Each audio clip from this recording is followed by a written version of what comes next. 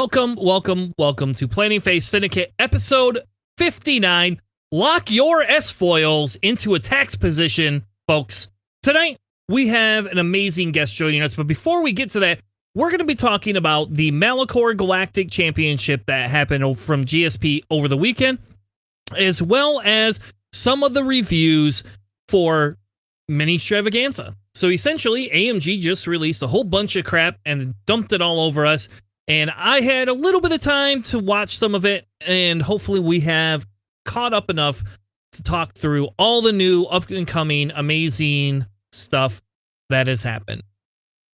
With that being said, why don't I bring in my co-host for tonight and our guest, Harry Nick. Welcome to the show, folks. Let me unmute you all.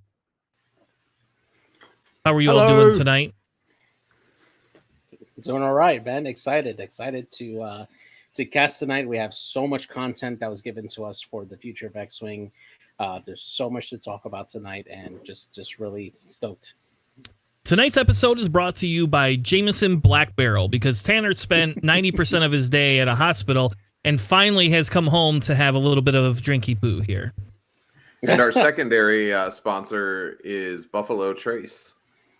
Except for you mixed it. You 7-Eleven Slurpees. I mixed it with ice. All right. It's morning here in Australia, so I'm drinking coffee out of my Mr. Men cup. Irish coffee. You know, you put a little bit of whiskey. Very not Irish coffee, very caffeinated, very wakey uppy juice. Fair enough. So, our guest, Harry Nick, famous podcaster / YouTuber. Welcome to the show. How are you tonight, sir? Or this morning? Thank Is you. it morning? Yes, I don't know whether to say that. You know, it's currently 11 a.m. in Melbourne, which is not particularly early. It's a day off for me, man. This is, thanks for inviting me on. Really appreciate it. Yeah, we like having guests on, especially when we get new content. So before we get into it, for anybody that doesn't know who you are, why don't you go ahead, give us a little bit of overlay of the land of who you are, where we can find you as well. And again, all the links will be in the description of the show at the end. G'day, my name is Nick. I have been playing X-Wing for, has it been 6 years? I guess it's been 6 years. There you go.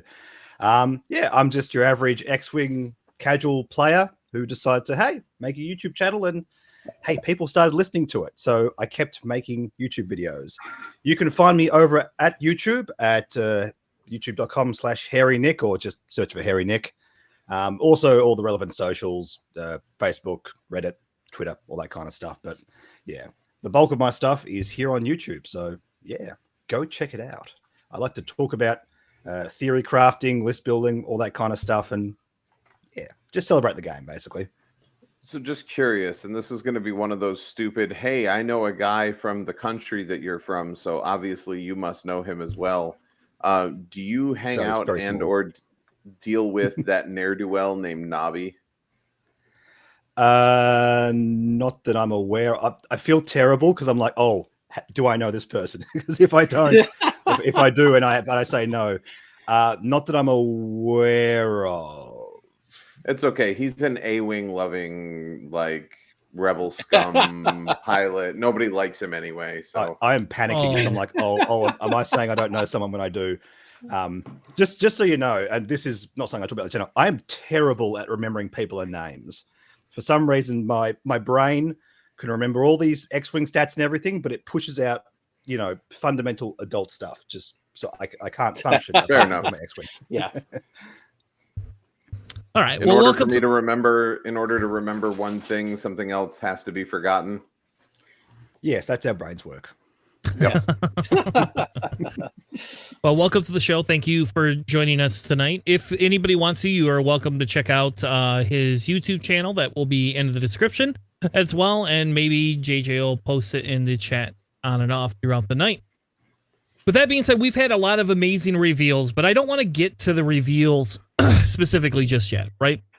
So we talk a little bit, usually we kind of, jerk around a little bit, talk about the weekend. So kind of want to know how everyone's weekend is. So technically, Nick, it's no longer weekend for you. So while we get to sit here and drink, and I have a weird question before we get into everybody's weekend, but so if I fly to Australia I lose a day, right? Or do I gain a day? No, I lose a day, and then when I fly back to America, do I lose it? Going forward in time. Yeah. Yes. So I'm time traveling, right? So if I come visit you, I get to time travel. That's right. Awesome. Yes. All right. I am from the future. There we go. Right. I like that. I love that piece of it. I was going to say, somebody did math one time and realized that, like, if you flew from Earth out around Pluto and back, because of the distance it takes you to get to Pluto and back, Earth years would have been like 40 or 50 years, but because of like the distance and how you're traveling, you're only aging about 5 to 6 actual years of time. So it's the equivalent of traveling forward in time. Yes, but I don't have to play Yay, relativity. Yet. What are you talking about? My playlist only lasts 2 days, man. What the hell am I going to listen to for the rest of the 5 years in space? Our back catalog of podcasts. Check us out on Podbean and Apple. Just this. Discover a few more 100 podcasts. And you're all good. Yeah. Good. Yeah, true. Or you can listen to us on repeat. You could tell, especially if you. I'll tell you what. Go back and listen to all of the old episodes, and if you could point out how drunk Tanner is on each episode, by the end of the episode, how many whiskeys I've had, there'll be a prize in it for you. That'd be great. And I can also finish off the Throne books. That's right. Fair enough. All right. Well, anyway, I hope everybody's weekend was good. I had a pretty eventful weekend, but not to the point where I was super excited. I got to play Armada on Friday. Had my ass handed to me because of JJ. Thanks, buddy. What? How is that my fault? JJ helps me build a list. And the one time I don't bother to ask JJ I picked the wrong objective and I get my ass. I had my ISD blown apart in literally like 2 churns, just like obliterated, just gone. I mean, it was Luke Skywalker who did it. No, it wasn't Luke. Because what happened is Luke did come in through the stupid card underneath the shield. And then I went and killed Luke. Like I said, I'm done. So my interceptors flew over, attacked Luke before he could shoot again, because I was first player, and just wiped Luke off the board. Luke was gone. There was no more Luke. And then, but so that didn't matter. And then I was able to have enough repair points to get rid of the card, right? Okay. So I was full health. But then I got caught, and they got to double tap out the front of their stupid big ship, and that's why. Okay. That sucks. It is what it is. So based on JJ, I should only be playing X-Wing, and I should stop playing Armada because I suck at it. We'll get into Legion. Don't worry about it, man. Well, the guy that beat me plays Legion. We were having that conversation too, actually. And I kind of would, if you look at some of the amazing things that came out of the AMG thing. Oh yes. From this weekend, I mean, they're getting an actual Mandalorian and Baby Yoda model. Like, I mean, and I asked the guy, can I just play like the Shadow Collective? Like, do I actually have to frickin' buy any of the? Like, I don't care about any of these other. Can I just play the Shadow Collective and win? And he didn't have a good answer for me. So either that means yes, and he doesn't want to give it away, or it means there's no way in hell you can play them by yourself and win. So the thing is, and this is so one of our previous listeners, and I don't want to get too deep into Legion, but you remember Johnny Tex? He's our only Patreon. Still, it was a pretty hardcore Legion player, and when X-Wing transitioned into the objective, and I went on my rants about how this is going to benefit people that fly multiple ships versus smaller number of ship lists. He was talking about how in Legion, if you want to play for fun, then you can play like Vader and Luke and Obi-Wan and these characters that are actually fun to play and lend something to the game. But if you want to play it on a competitive level, there are you win or lose based on the number of activations and actions you get to take during a match. So having a larger squad nets you more benefits than having 3 or 4 high level people with a couple of support. And so like when we see things like The Mandalorian or a new Boba Fett or something like that, like I get excited for the models, but looking at the current status of that game, they don't get played a whole lot just because you want to have as many generic units as you can to take objectives and to make sure that you can hold things. And that's more important than having Obi-Wan or Luke on the board. And so that got me worried about the stat of X-Wing. But JJ's list has proven that you can do it with the big name pilots and not have to worry about it. So yeah, we'll revisit that when we look at the top list for Galactic Championship. Yeah, you'll see that archetype actually came in really strong for Scum this championship. Awesome. Anybody else have any weekend fun they had before we get serious on the show? We're already 13 minutes. I went and saw Paws of Fury. I heard that's fun. Good. I got to see that. So to be fair, number one, if you like Mel Brooks, yes, that's the reason why I want to see it. Yeah. It is very Mel Brooksy, like very Spaceballs, like Robin Hood Men in Tights, like humor. There's a lot of like fourth wall breaking and stuff like that. Like it's a children's movie with enough adult jokes to keep it entertaining for the parents that have to sit through it with their children. It was a decent movie. And I understand that he actually did a voice of one of the characters for that movie. Yep, he is the Shogun. And nice. I will tell you this, and I'm going to say this on the stream, and I'm going to watch the chat explode. I went and saw Thor: Love and Thunder last Tuesday, and I walked out. Well, I haven't seen it yet. So I can't really comment. Me neither. Yeah. I will tell you, I am a diehard Thor fan. Like, I love Thor's character. I love the comics. This movie was so terrible that at about an hour, I just went, you know what? I could be doing something that I actually enjoy right now. And I walked out. On that note, because I want to ask, based on that, are you a fan of the first two Thor movies and number 3? Because I'm trying to gauge where this is at with people. So I liked the first Thor movie. The second, I'm kind of on. Sure. And then Ragnarok was good. But again, for me, the reason, and I'll say this because I'm not going to spoil anything by saying this. One of the reasons that I love the Marvel movies is there is levity in seriousness. Like they have serious moments and they have funny moments. They don't take themselves too seriously, but they pay attention to the story. As much as I love Taika Waititi? Is that That's how right, you say his name? Yeah, Taika Waititi. As much as I love his director style and the humor that he puts into movies, I don't want slapsticky humor from the word go for the first hour of the movie. Like if you're meeting the big bad of the movie and you're cracking jokes already, that's not how this should go. There needs to be some level of seriousness. And I sat there for an hour waiting for it, and there was nothing. It was all like just hokey comedy nonsense, and I did not enjoy it. Because that's my main criticism of Ragnarok, which I'm going to say I think it's an overrated movie. I think it's good, but on recently rewatching it, I have that main complaint as well. I'm like, oh, are we going to get more of that? I kind of like the serious Thor, but they doubled down. They doubled down. The amount of stupid humor that they have in this movie.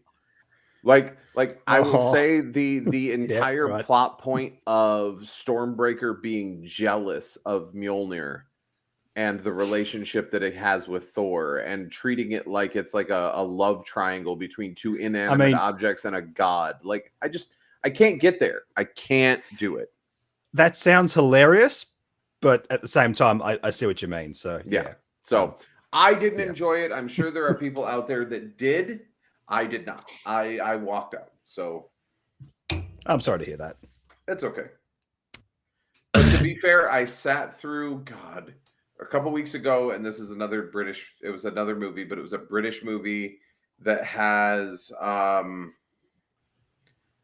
one of Ricky Gervais's friends, and he plays like a shut-in that builds a robot out of a washing machine. It's like a very avant-garde, like indie thing.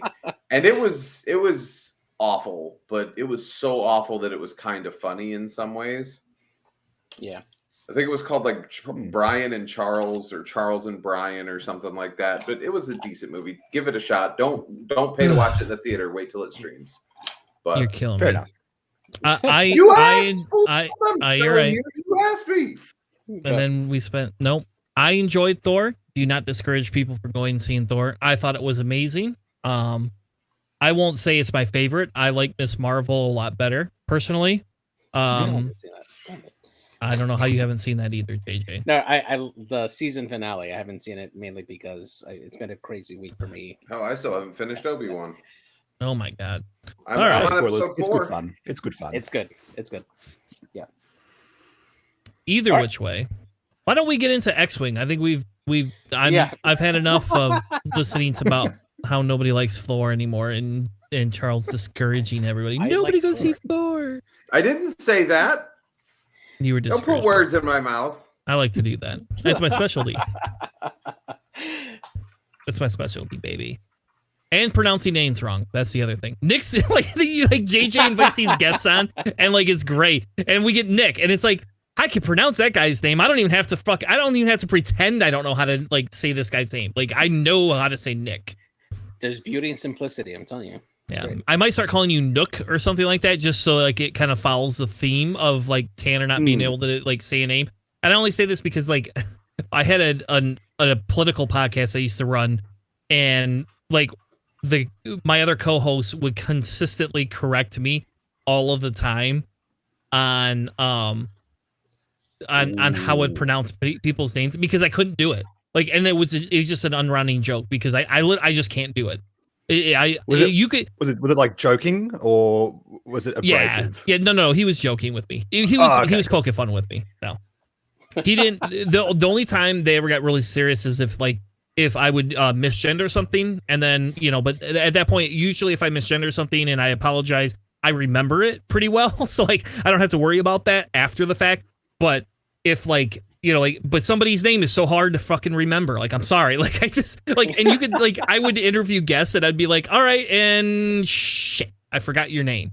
And so, like, I just, like, I'm sorry. Like, your name's in my screen, but I just don't remember how to pronounce it, Nick, I can pronounce. That's easy. See, you got to make YouTube videos because then you can cut out the bit and then look it up. That's a recording. Yeah. You think I'm joking. I'm not. That's a good point. I should just start doing that every time I mispronounce a name. Just cut it out. Yeah, Nick say is like a master editor for his videos, man. Geez. If somebody wanted to make a clip of all of Tanner's not being able to pronounce names correctly, they're welcome to do that. Like you could go back through our archive. Video in Planning Phase Syndicate history. It would not. It really would. It would be less than an hour. I would wager $100 is less than an hour at this current time. Now, if you give us another year, it might change. All right. Well, let's talk some X-Wing tonight. And before we get into the meat and bones of everything, or the roots and bones, if you are a vegetarian, I wanted to talk a little bit about the Chafe Cloud and Skilled Bombardier, right? And I only say this, and I'm going to bring this up on screen. I only say this because so there's obviously been some archetype lists that have very well taken advantage of the fact that we can use Chafe Clouds and use Skilled Bombardier and kind of place them everywhere. So Matt posted this in the Fly Better Discord or Facebook page earlier this week or last week. I don't remember which when I stole this. And I was reading through some of the comments and I thought it's an interesting discussion. Like, and we don't have to spend all night on it, right? But to me, this kind of became an interesting discussion because technically you're shooting a missile out the front, but you're able to use Skilled Bombardier because Skilled Bombardier allows you to adjust that. So you can now shoot it at a 5 forward, at a 2 bank, or a we don't have 4 banks, so you can't do 4 banks really, right? And it just allows you to have such a more aggressive amount of territory to cover. And a lot of people have kind of like talked about this, right? Because like Trajectory Simulator, right? Nobody liked Trajectory Simulator where you could throw proton bombs and concussion bombs and seismic charges that just blow things up before you even get there. Well, because of the speed of this chafe cloud, with the fact that you have the boost with those specific ships, I can't the TIE or the TIE ISC bombers. Yeah, your FOBs. You have the ability to boost and move, boost and move, boost and move. And without that skilled bombardier, you don't quite get some of the range for that. So I thought it would be a good conversation to say, hey, let's talk through, this piece of it. Is it really this detrimental, right? Is it something that we need to A, nerf, or B, put on the ban list? Because AMG doesn't seem to ever restrict anything. So I don't know. So that's what I thought we'd do is let's open it up to the peanut gallery and what are your thoughts? What is each one of your thoughts on this? So I'll start off with this one here. So I think that with the most egregious use of this one, which is where we see it on the FO bombers, it is something that has become a staple for that particular chassis to see this. And I think that this came out as a response to the alpha strikes that became predominant with the last points change, particularly with the Rebel Alliance, where you have a Luke and a Wedge as well as Dutch that can enable those target lots onto multiple ships and get off like those proton torpedoes up. And that's why we've seen such a big surge of this particular upgrade, particularly with this particular faction on it too. We do see it a little bit on other chassis that can carry it there. But because of that combo of skill bombardier, it does make it a lot more versatile for that particular chassis to like drop it in all those particular locations for it. It is something. I mean, ultimately, it is a one shot. Like once you use it, it's gone. You do have the option to reload it and do it, but ultimately, it's not doing any damage to your ship. If you happen to land on it, you break all locks, which means that the ship that is on it cannot be locked from other enemy ships. There is a chance that you might end up getting a stress, which could turn off your action, but it's a 50-50 chance. So even if you do get jammed, you still have the option to reposition if your ship has that. So I don't really feel that it is something that is to the level of like a trajectory simulator proton bomb, where you are suffering that damage and it is difficult to like joust with.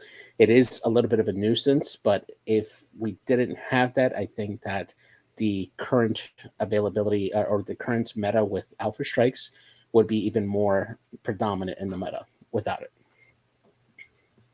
Fair enough. Nick, Charles, who wants to go next? I'll jump in here. I was going to say I'll defer to our guest. All right. Thank you so much. Look, I haven't kept up as much with the meta as you guys are, so I'm not going to sort of make any comments about like whether it's oppressive or whatever. I just want to bring up 2 points here. First of all, if we are going to discuss this from a meta point of view, I'm generally not a fan of using certain parts of the meta to address other parts of the meta. I think if Alpha Strike lists are an issue, then the points of those ships and missiles and torpedoes, whatever, should be addressed. Trying to patch the game together by fixing this part of list building to fix this part of list building, it just becomes cumbersome after a certain period of time.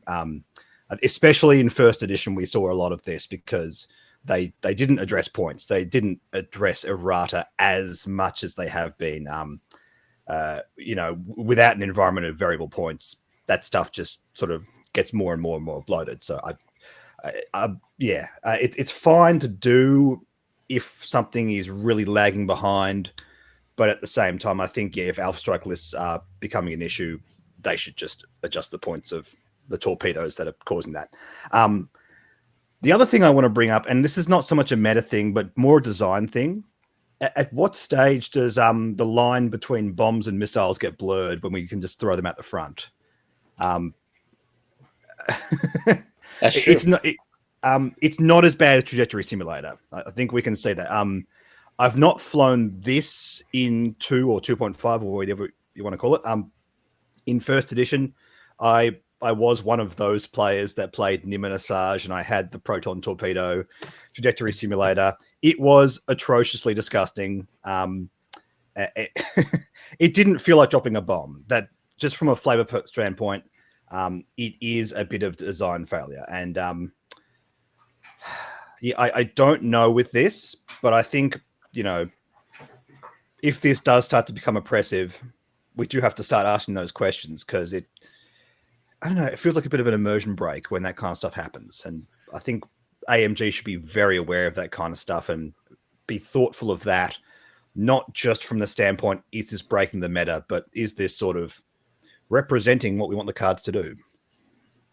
So when it comes to the chaff cloud and using the skilled bombardier, here is why I don't think it's oppressive. While yes, it sucks. I'm not going to say it doesn't.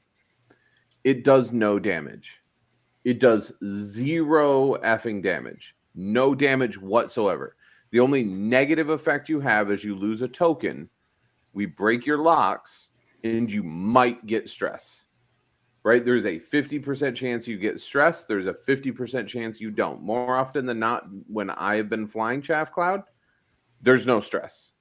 So the best I do is I shut down your missiles for 1 turn.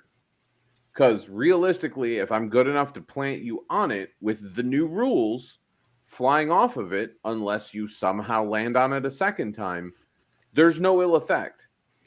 You fly off of it, you do a 1 straight, you're through it. It's not that big of a template. It's not like a cluster mine or a proxy mine where you could hit 2 ships at once and do damage and pick. There's no damage. I mean, don't get me wrong, JJ, I've run your list. Mm-hmm. I've seen what it can do. I've watched it shut down Alpha Strikes. Mm-hmm. Does it win me games? No. Does it shut down the other list by removing a ship? No. Does it make it easier for me to shoot at your ship? Absolutely, but that's what a jam is supposed to do. It's no different than a regular jam. It's just a directional jam. And to be fair, if I can line you up in my bullseye, I can jam you without having to launch a trajectory, you know, or without having to launch a chaff cloud and hope I aim it right. Mm-hmm. So do I think it's oppressive? No, I don't think it's oppressive at all. Do I think that a skilled bombardier, someone who is an expert at dropping bombs, should have any effect at shooting a missile? No. So wait, hang on. By that logic, are mines also not bombs? Mines are dropped. I know, but you're saying that he's a bombardier, right? So if he's dropping a mine, it's not a bomb. A mine is a bomb. But a mine is a bomb. Sorry, a mine is a bomb. Okay. A missile is not. Yep. A missile is shot. A bomb is just kind of left. It's like if I drop a handful of confetti versus throwing a handful of confetti, they are 2 completely different situations. Yeah. So on my side of it, I'm mostly in agreement. I really don't. The oppressive piece of it is that skilled bombardier piece. That's it. Right. I don't think the electrical chaff cloud is that oppressive. And I'll be honest with you, I run it on Boba. And when I shoot it on Boba, you're predicting what I'm doing next turn for the most part. Because I don't really want to hit it unless I absolutely have to, because I don't want that jam token. Though, to be honest, like with Boba, it's somewhat inconsequential as long as there's enemy ships around me. Right? So, like, I'm not super worried about it with Boba, but I will say, like, it is nice to be able to have that reinforced token if that's what I want on Boba. Like, it is nice to be able to, like, shoot my chaff cloud and do a 1 bank, 1 straight, or a 1 hard, and then take my reinforce if that's what I want to do. So personally, I would never touch the chaff cloud. I would just say, let's get rid of the skilled bombardier piece of it. You know, you could also say that you have to drop bombs before boosting or barrel rolling. But again, now you're kind of taking away the one thing that the fob has that's unique. And then at that point, why run a freaking fob other than it's the only bloody bomb carrier in FO? Yeah, that's what I was going to say. It's the only bomb carrier. Like, yeah. I mean, like, I get it. Like, but at the same token, I think they're priced appropriately to some extent for it. And I don't really think, but so long story short, I don't think the chaff cloud's oppressive at all. I'm happy to hear people say that they don't think it should be what we use to counter the meta, because I don't think it always counters the meta, and I don't think that's like, we don't nerf it just because of that piece of it. If we're gonna nerf it, we're gonna nerf it because of a design, actual design flaw. Which, in my opinion, it's not the design flaw; it's Skilled Bombardier that's the design flaw. That's where the design flaw comes in. So, because it's not a bomb. Just put the little payload symbol on Skilled Bombardier, and it can't be done. And you're done. Yeah. Oh yeah, exactly. Yep, and I think that's really where we get into that piece of it, is if we could maintain it and just say Skilled Bombardier no longer works. All you have to do is make a ruling. You don't even have to errata this crap. Just make a bloody ruling that says Skilled Bombardier no longer works with Chafe Clouds. Done. Move on. Yeah. Unless AMG's absolutely. got something up their up their sleeve that's like they got a new missile coming out that's going to do the same thing. Other than that, just errata it. Let's move on with our lives, and you know, sorry to those that can't use it anymore. Can I ask a dumb question? Yeah. There's Who no dumb ruled questions. that Skilled Bombardier works with you are wrong, sir. I work in customer service. There are more dumb questions in this world than you will ever understand. All right. So to answer your question, because Chaff Cloud is listed as a device, and Skilled Bombardier allows you to Got it. adjust Okay, the I thought. devices.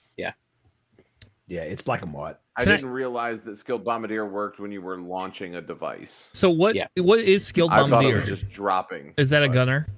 no, it's a gunner. Yeah. No, it's a gunner that if you would drop or launch a device, you may use a template of the same bearing with a speed 1 higher or lower. Yeah, you know what I want? You know what I want now? If they don't want to errata it, you know what I want? Give me a gunner on my droid ships, baby.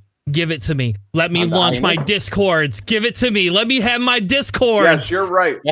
You're right. Your army of entirely unmanned ships need to have people in them. They do. That doesn't defeat the purpose of CIS. If we're gonna break this, we're gonna break this. Yeah, let's screw this. Like, look, if we're breaking it, I want Scum Y-Wings with TLTs again. No, never gonna happen. Not gonna happen. Stop. Oh, we're not going to break the game that much. Okay, then. I'm just saying, if you can have Skilled Bombardier on a fob and it can shoot a chafe missile that way, and it's a device, give me Skilled Bombardier with my droids so I can shoot Discord missiles at 2 instead of 3s, and at 4 straights or 2 straights. Yeah. You know how fast Skilled Bombardier would be errated if droid players had that? It would be instantaneous, like, nope, done, see ya. Nobody wants a Discord missile like that. It wouldn't even be a question. Deslin brings up a good point in the chat. There's no oxygen on those ships, so the crews are going to die within a minute. So that makes sense. So, yeah. All right. Wait, I think that's enough of that. Deslin makes a good point. Yes, Deslin does make a good point. He used the winner. Can someone make a note? All right. So now let's talk a little bit about the GSP Malachor lineup, right? Let's do that.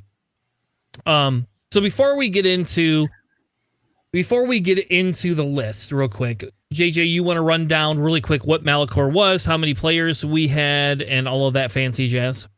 I don't have the number of players, but oh my god! All right, this was the Gold Squadron Podcast Galactic Championship, which is their TTS campaign, I would say, where they're doing different tournaments around different time zones across the world. This one was the Eastern European time zone that just happened. Had quite a few players. I want to believe that I think it's like about 86 players that participate in this event, if I'm not mistaken. And we got to see a lot of shakeups for what we believed we thought we were going to see in the top running for this. And there was quite a few surprises for this top cut. Yeah, it's definitely was a little different. They had a lot less people, did they not?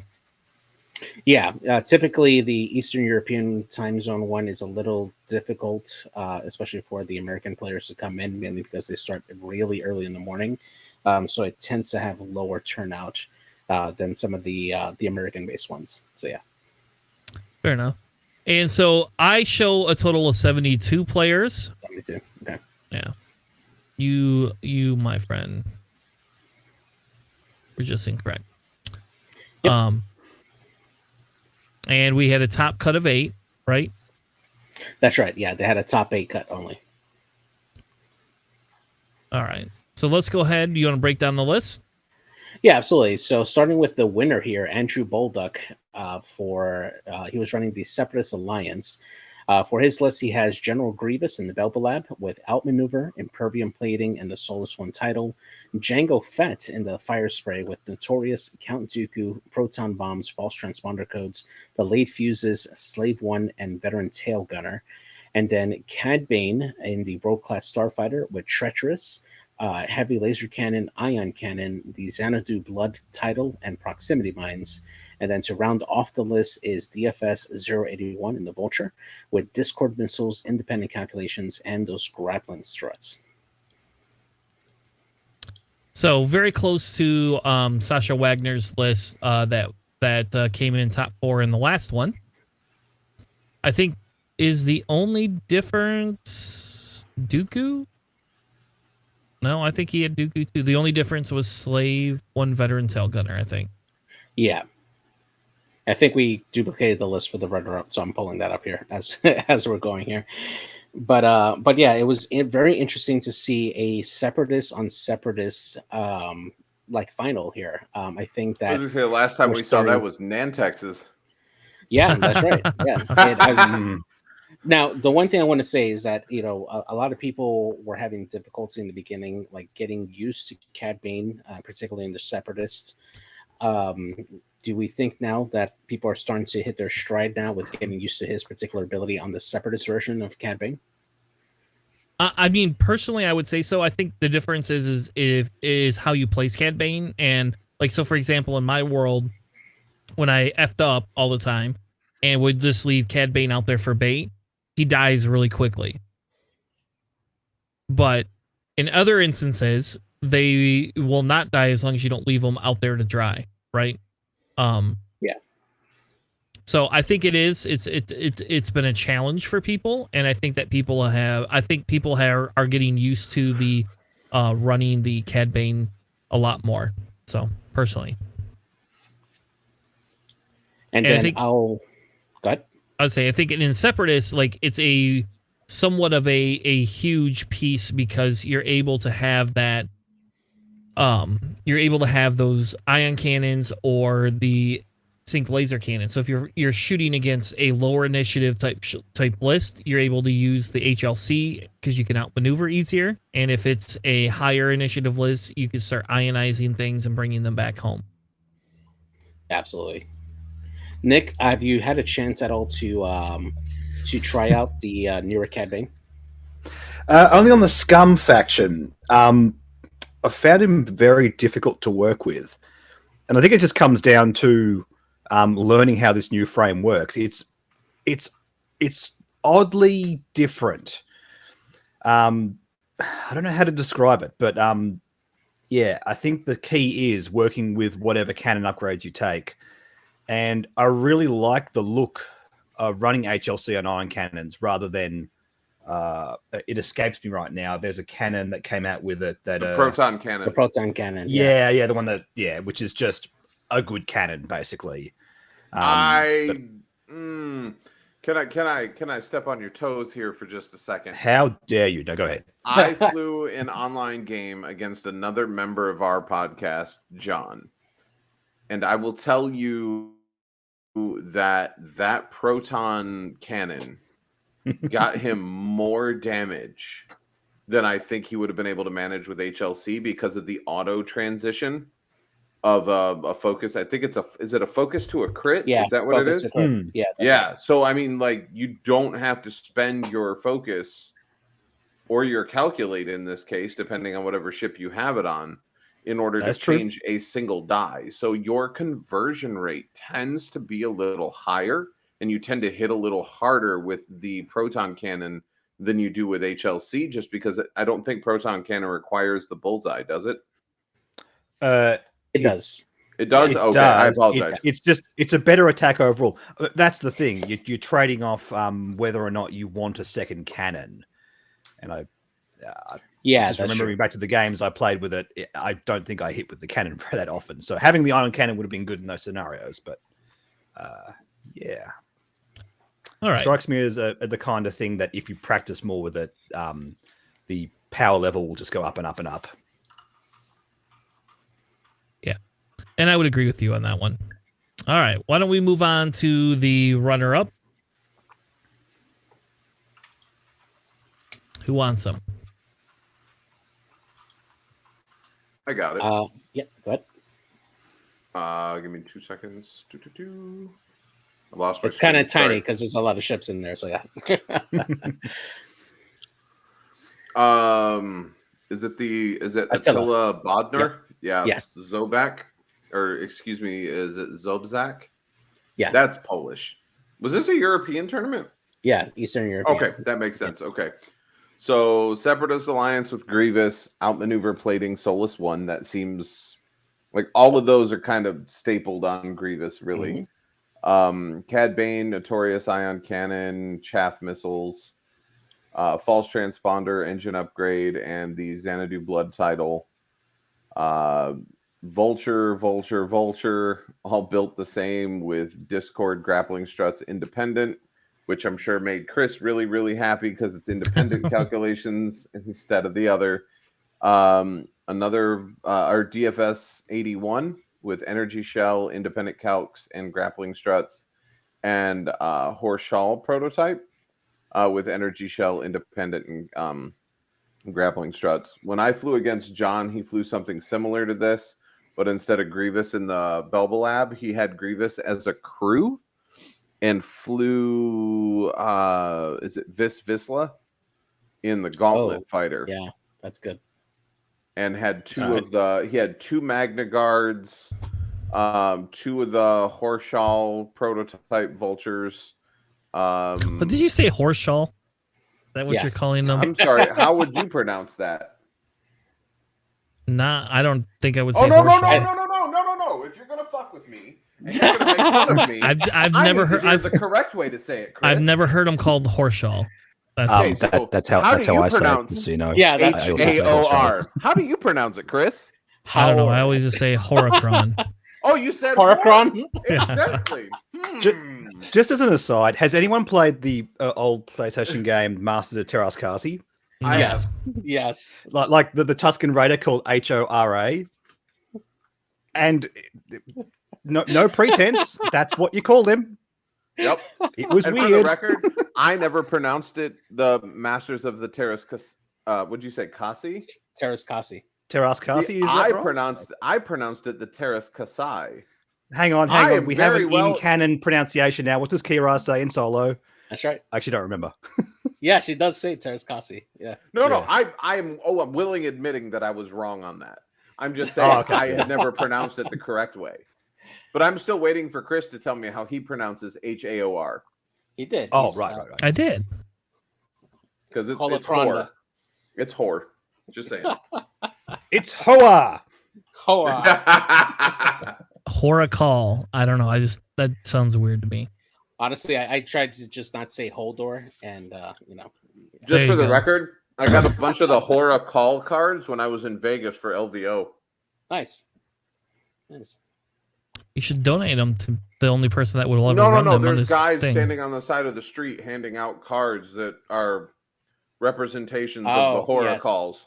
I see. I see what you're saying. Yes. All right, Kelly, let's move on. We're derailing here. We're derailing, and we have lots of shit to cover.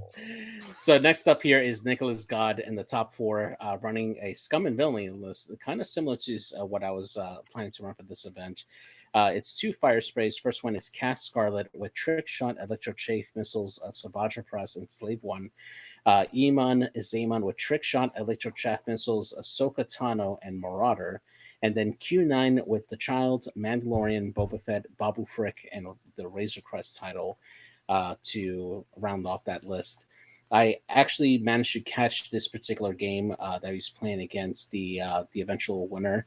And it was very, very interesting. He basically used Kath and Iman just as fire spray carriers, like completely ignoring the ability, because obviously Iman has his ability for bombs. Kath as well for having like generics and nearby. So it was really interesting to see how he played it here. It's basically having 2 initiative 4 fire sprays go in and try to get into the enemy's formation, into the rear or in their front, to cause as much damage as they can, and just force them to engage them on his terms. And he wasn't able to get enough damage in that particular match and ended up losing. But it was a very interesting archetype for Scum to make it up to the top 4. Yeah, I just love that somebody's made Calf Scarlet somewhat viable, but just not using the ability at all. That's how we got to do it. Just in a non-swarm list. I agree. Yeah, yeah, exactly. Man, I used to love Calf Scarlet in first edition. Yeah, me too.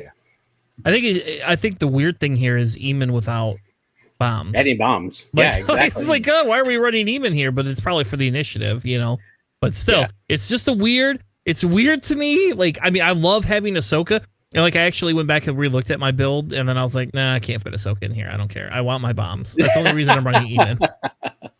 So. Yeah, those bombs are really good. I like it on Eamon. But yeah, good job for Nicholas. He is a very well-known player.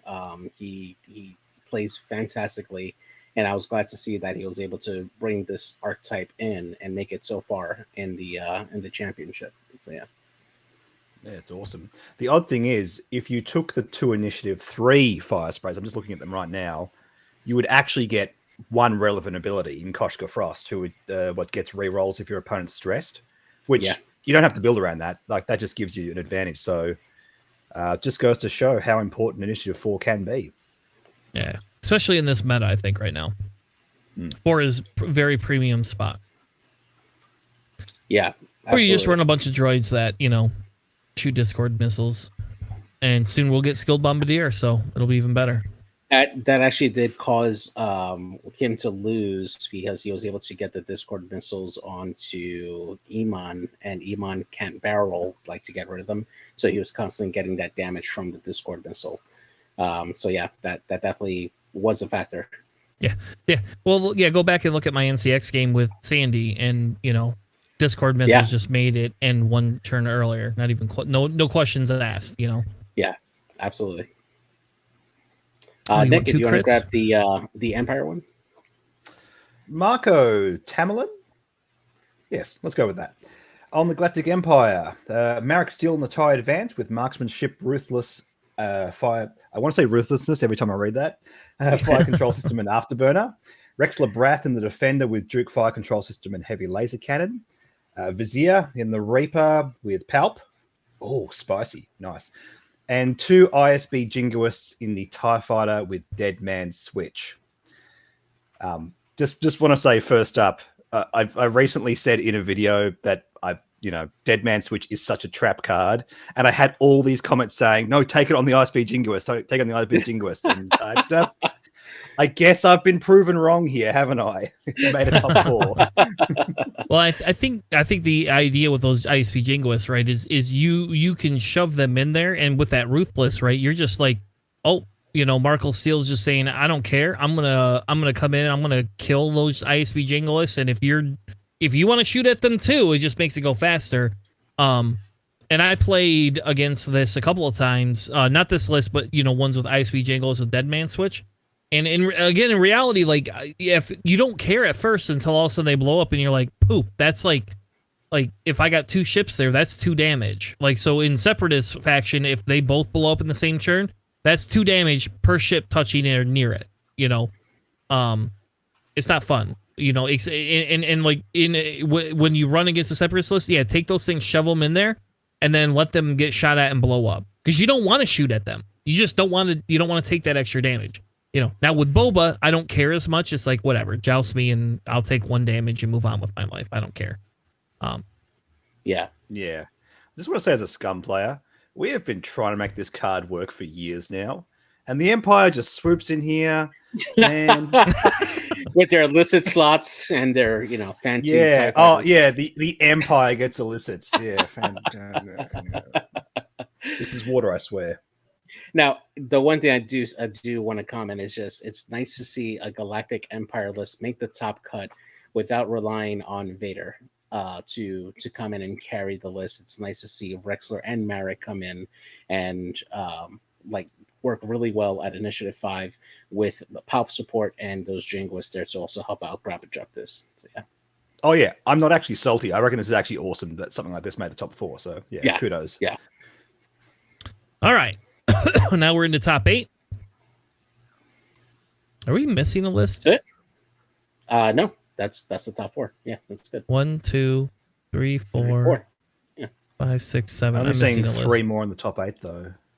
Oh no, yeah, I'm missing 1 more in the top 8. Yeah. So we'll go over Alex Feliciano, also a Galactic Empire.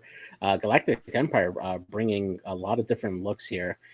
This one here, we see Morna Key making an appearance here in the Decimator with Dauntless title, Proximity Mines, Ruthless, Delay Fuses, and Darth Vader crew. Iden Versio with Ruthless, Discipline, Jamming Beam, Concussion Missiles. Gideon Haskin, the TIE Fighter, with Discipline, Ruthless, and Concussion Missiles. Moff Gideon with Ruthless, Targeting Computer, and Concussion Missiles, and then 2 Dead Man switches on the Jingoist. And this is actually a really hilarious list because you essentially send your Jingoist into the center of the engagement to get right in front of your enemy, and you have now given yourself every mod that you need to have the rest of your list punch damage into your enemy, and you can intentionally cause the Dead Man switch to pop and get additional damage into your enemy at range 1. So that is a really interesting way to like put damage onto your opponent.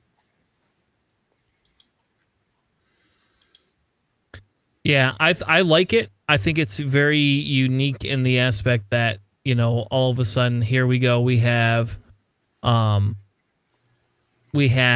list with a Decimator in it. Again, notice there is 0 Vaders in this list. Well, except for the crew, but yeah, you're right. But there's not really a Vader in this list. Let's be honest. Don't try and muddy the fucking water, JJ, because you're gonna get the people coming out of the woodwork saying we got to fucking nerf Vader here, and I'm telling you, like, Vader Defender is really not that big of the Vader the bad guy. Got a pain in the ass since 1.0. I don't give a shit what anybody says. Yeah, but we don't need to change Vader Defender yet because he hasn't won anything. So yeah, that's true. It's true. That is true. It's just very flashy, man. 4 Ruthless.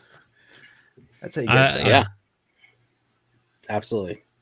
Charles, you want to grab the Sam? Nope. He wants the next one. Oh, he wants the next one. Yeah, go ahead. I'll take Sam. We have another Empire list with Hull Runner, Elusive, Swarm Tactics, Contraband, Cybernetic, Jingoist, a Iden with Elusive and an Ion, a Wampa with Discipline, and a Darth Vader with Malice, Juke, and HLC. I actually disagree with the HLC. I'd rather see the cluster missile version of it, but I understand why they run it. Personally, I get it. It's still pretty good, especially if you're really good at lining up build size. That I am not 100% sold on for me. But I think this is a good list. I honestly would swap Wampa out for another ISB, though, personally. And if I have to take a Wampa, I'm not taking Discipline. I'm sorry. Like, I'm not going to take Discipline with Wampa at all. I don't like that combo. Anyway. Yeah. Very solid list. Nice to see Vader at least get into the cut. And it is like a mini Hull Runner Swarm, right? You know? Yeah. It is a mini Hull Runner Swarm, and Iden's there to say one of you is not going to die one turn. Maybe another turn you will, but one turn you won't die. So. Yeah. All right. Next list. Charles, let's do it. Yes, let's do the scum and villainy list. So before I read this list, I want to just take a moment to realize how bonkers it is that all 3 of these ships fit into the point value. Yes. For what we're running. Yep, I don't absolutely. think they can see it on the screen. Did we move it down? I feel like I lost it. That should be there. I see it. Yeah, we see it. Hold on, let me reload the doc. Sorry, guys. Yeah, it's there. We're not gaslighting you, I swear. That's okay. Well, yeah, no, I totally agree with you. Having this much amount of health on Scum fit in. Look, I'm 20 not points gonna is- say anything about the amount of health that people have just because I ran a YV666, a Gauntlet, and the Falcon together in a list. That's true. But That's true. but seeing dual fire sprays and still having enough room for the Falcon on Han that Solo list is redonkulous. So we got Han Solo in the YT 1300, running the Lando title, trick shot, agile gunner, maul, and engine upgrade. It's interesting here to see that they went the maul route instead of having Kira on there. Normally, when you're seeing a trick shot build on a lot of ships, especially with your Aemon, you normally see Kira on there. But we have Kira down on Aemon.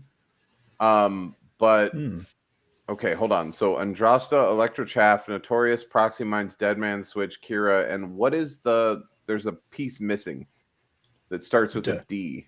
Maybe Deadman. No. Delayed fuses. Delayed fuses. Okay, so then she can keep the chaff on there for another turn.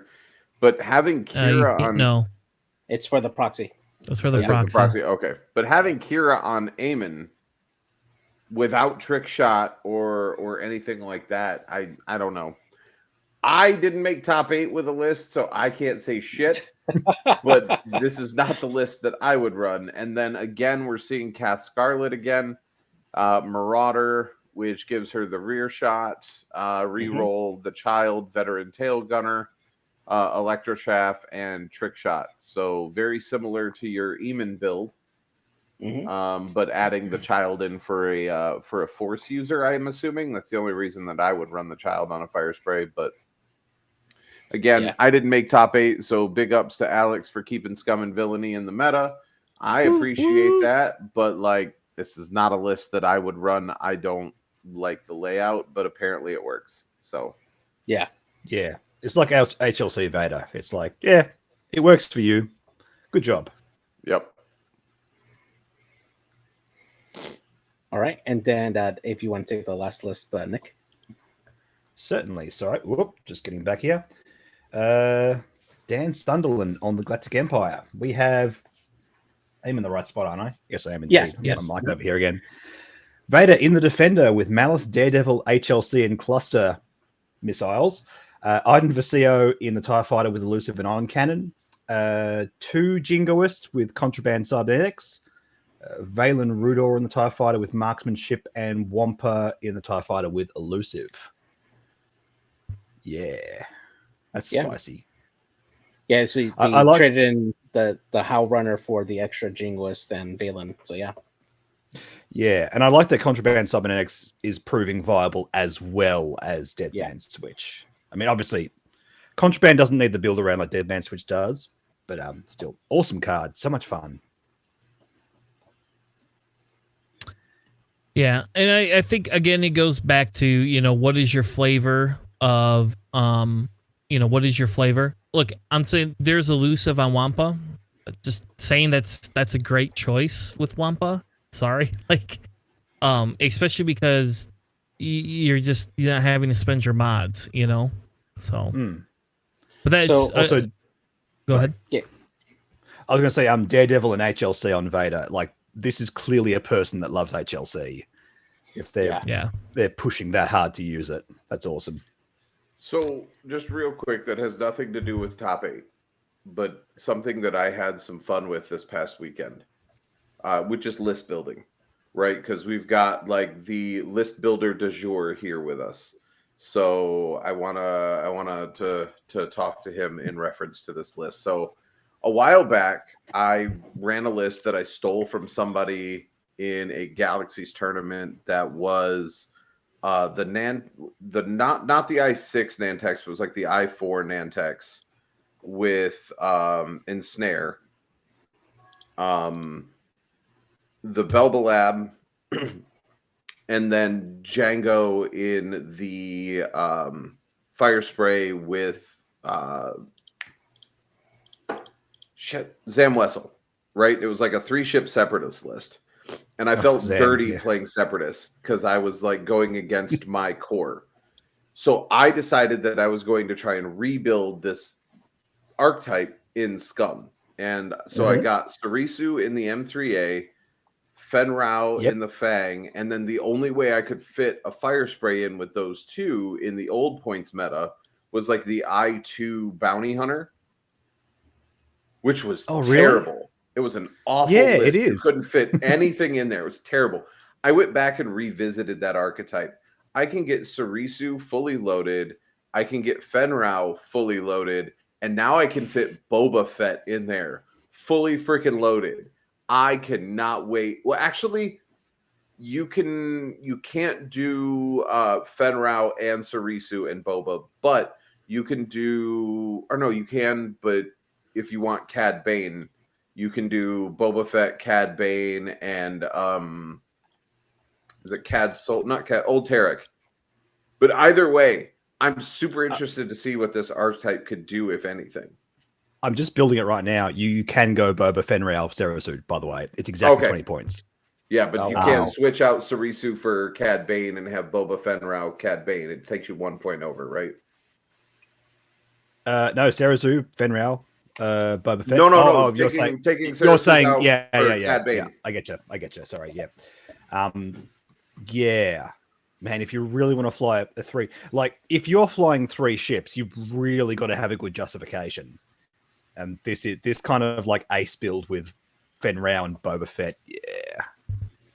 Maybe. It's just, look, if you can fly Fen and keep Sarisu in range of Fen and just let Boba go off and play in the crowd, all the rerolls on Fen from Sarisu plus 5 dice, range 1 attack. It's disgusting and wonderful all at the same time.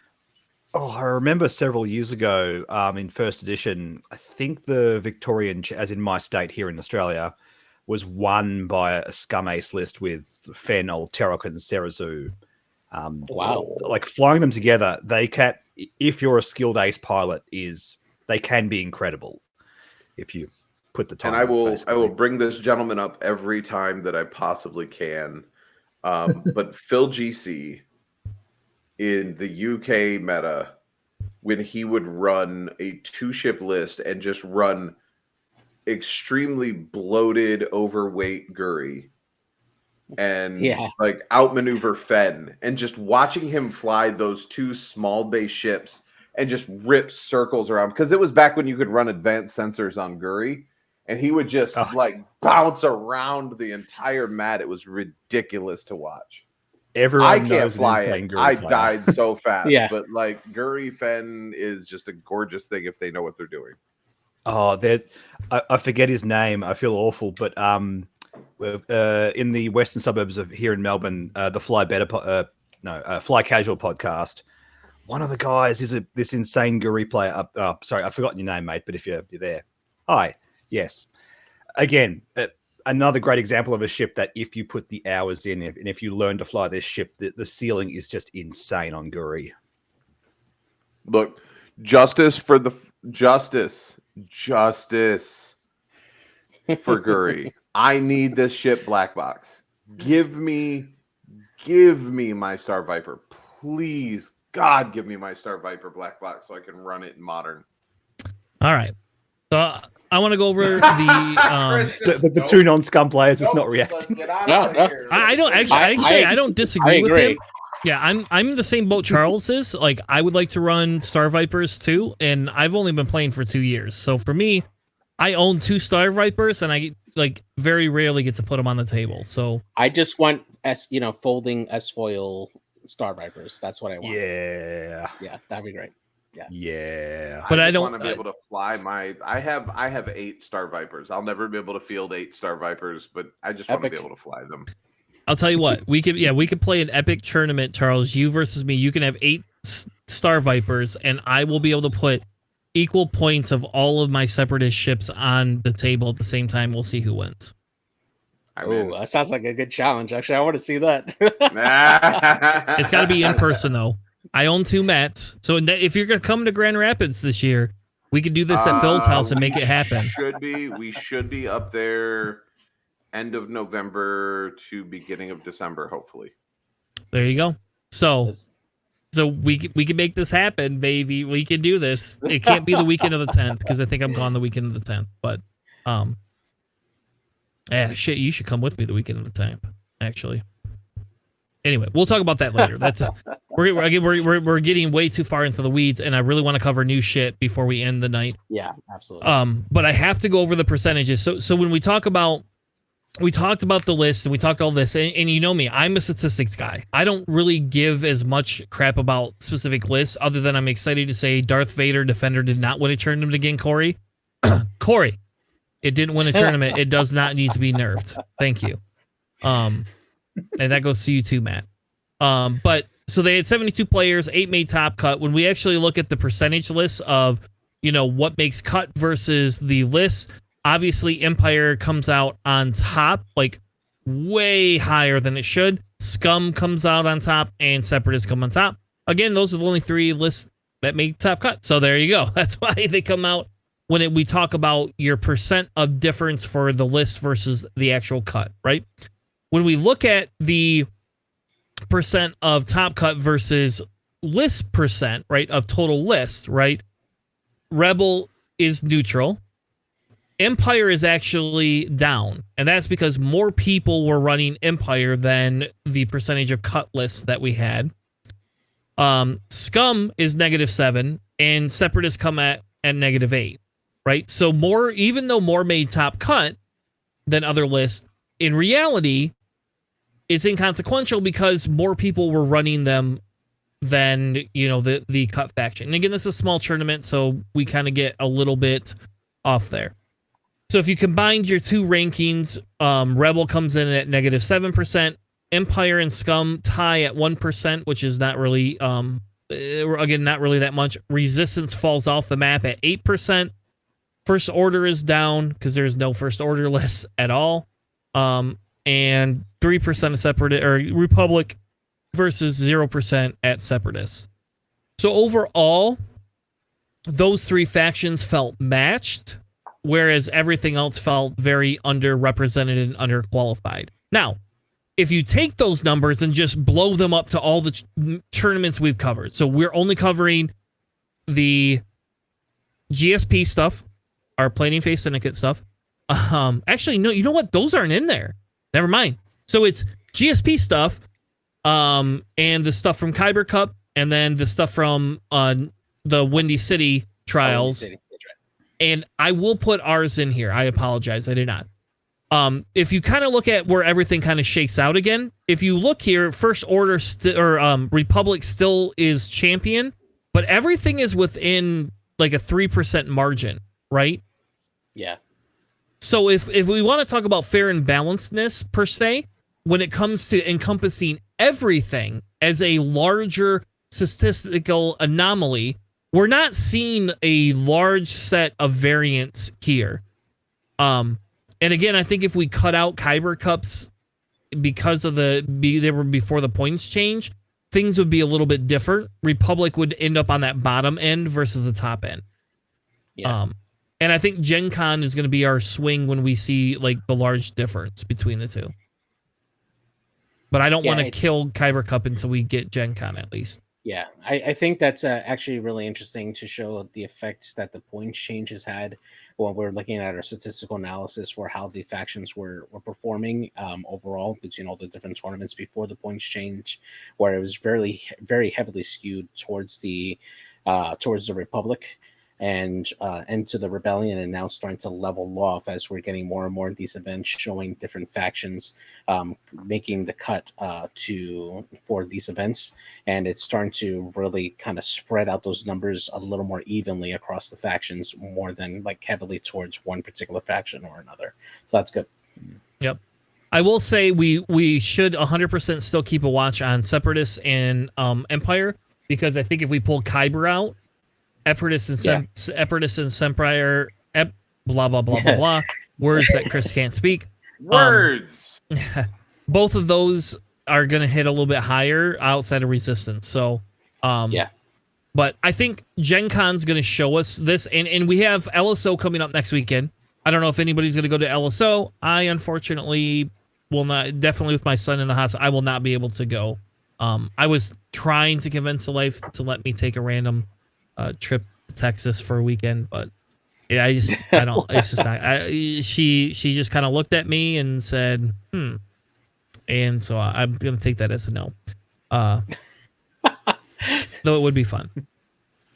Either which way. Anyway, I don't want to go over the statistics a lot. We'll get back into this once Gen Con has happened, and we actually got to talk about that because I don't know if we're gonna cash the Sunday night of Gen Con because I have no idea when I'll be in, and I have no idea how hungover I'll be. So I'm just saying, it's supposedly Nickel City. Or if you even make it back to the back at home in time to even like do a cast. I don't know. We'll see. All right, so you're being generous and saying maybe Tanner will make Top Cut. That's what you're saying, and yes, I will exactly. agree I with believe. you. Nobody said that. I believe, my friend. Especially if you're taking my list, I believe in you, my friend. Yes. All right. You got to do better with it than I did. Holy crap!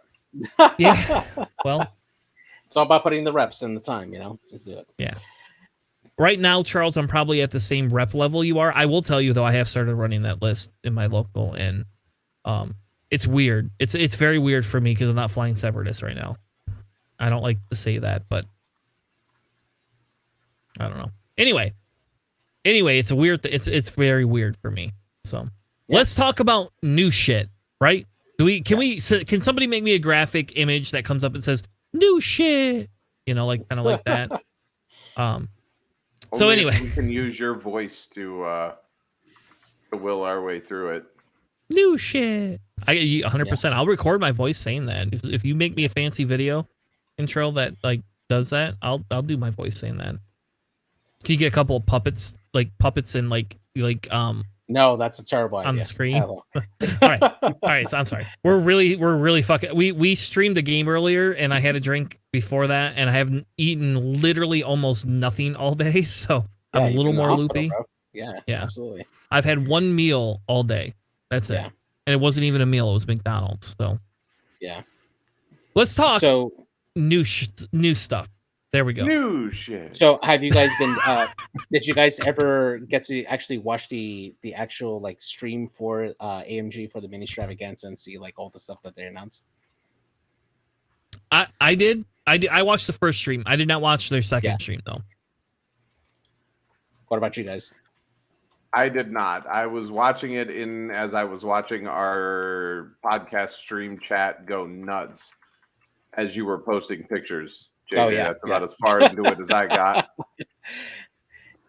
Yeah, you were doing that on my Discord as well, which, by the way, thank you so much. Because I was, time zones are weird. I was working all that day, basically got home, had about half an hour to prepare before I recorded my video on like the new Hot Shots pack and that kind of stuff. So I'm like, oh, somebody's already organized all the stuff for me. Thank you so much. Yeah. To answer your question, no, not in detail. Okay. But I've seen all the bits and pieces.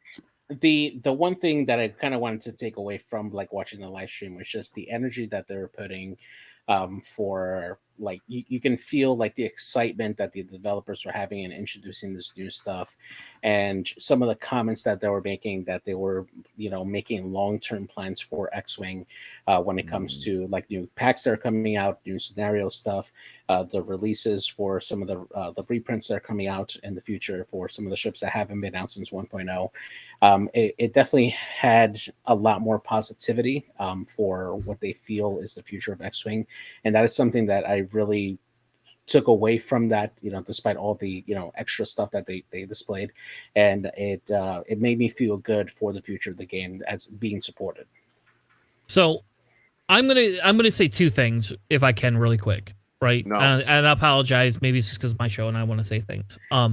But the first thing is I agree with the sentiment to some extent, like that you're saying, like I'm excited for us getting new stuff.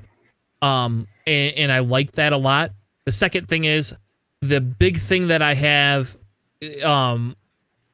is that we didn't see any new ships come out. So I'm just going to open the spoilers and say we didn't see any new ships.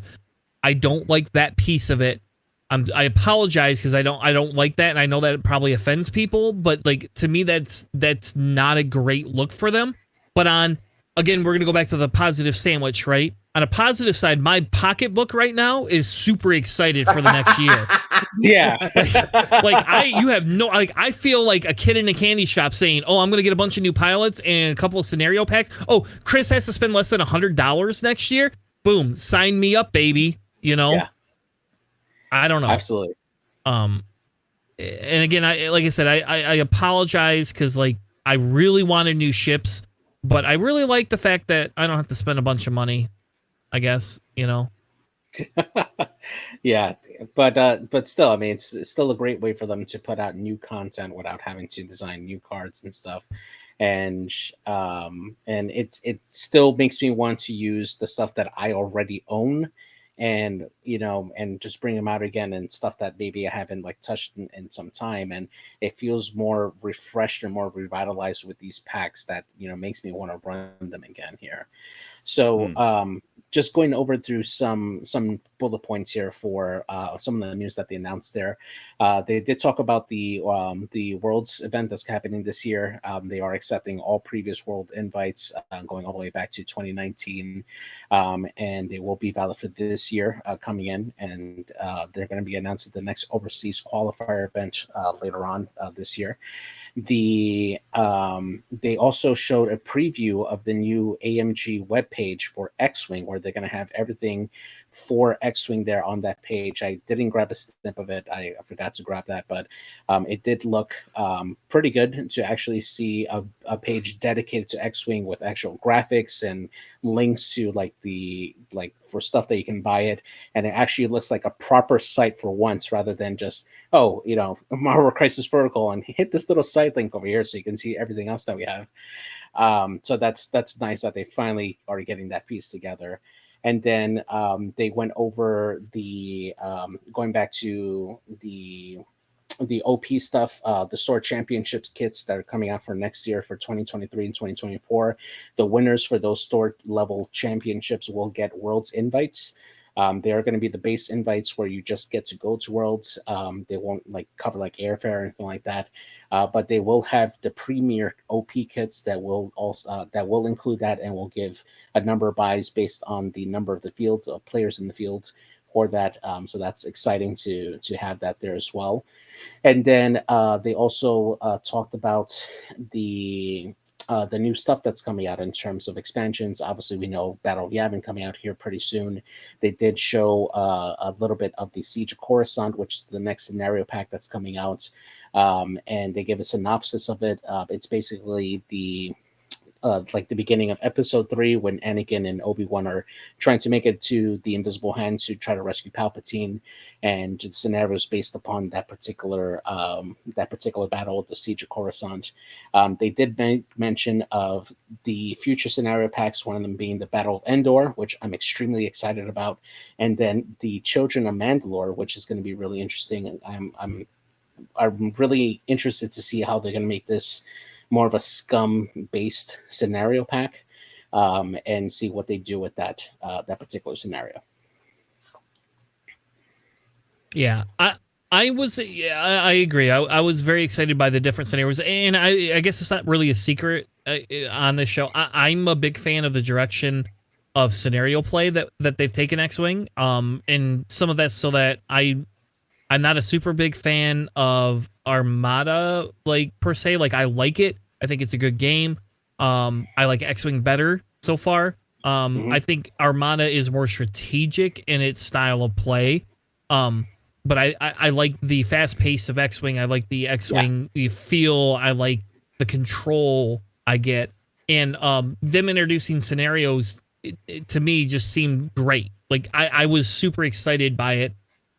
Even though they needed to make a few tweaks, I still was pretty excited by it. So getting new scenarios and right, when can we have a competitive scenario, tournament, right? When can I have a Worlds where we play with just their base scenarios, and then give me a Worlds where we get to play with these bigger scenarios, right? Can you imagine having a Worlds where I can have a Battle of Yavin? Come on, you're going to play Battle of Yavin 1. You're going to play, Battle of Coruscant or whatever next. Oh, man. Give me that. I'm excited by that. But I like the epic play, too. right? So anyway, just me. Diversity. Just me personally. Diversity is good. Yeah. Yarvin, fuck. God damn it, Deslan. Yes, I say it wrong every time. Yavin. It's Yavin. I know it's Yavin.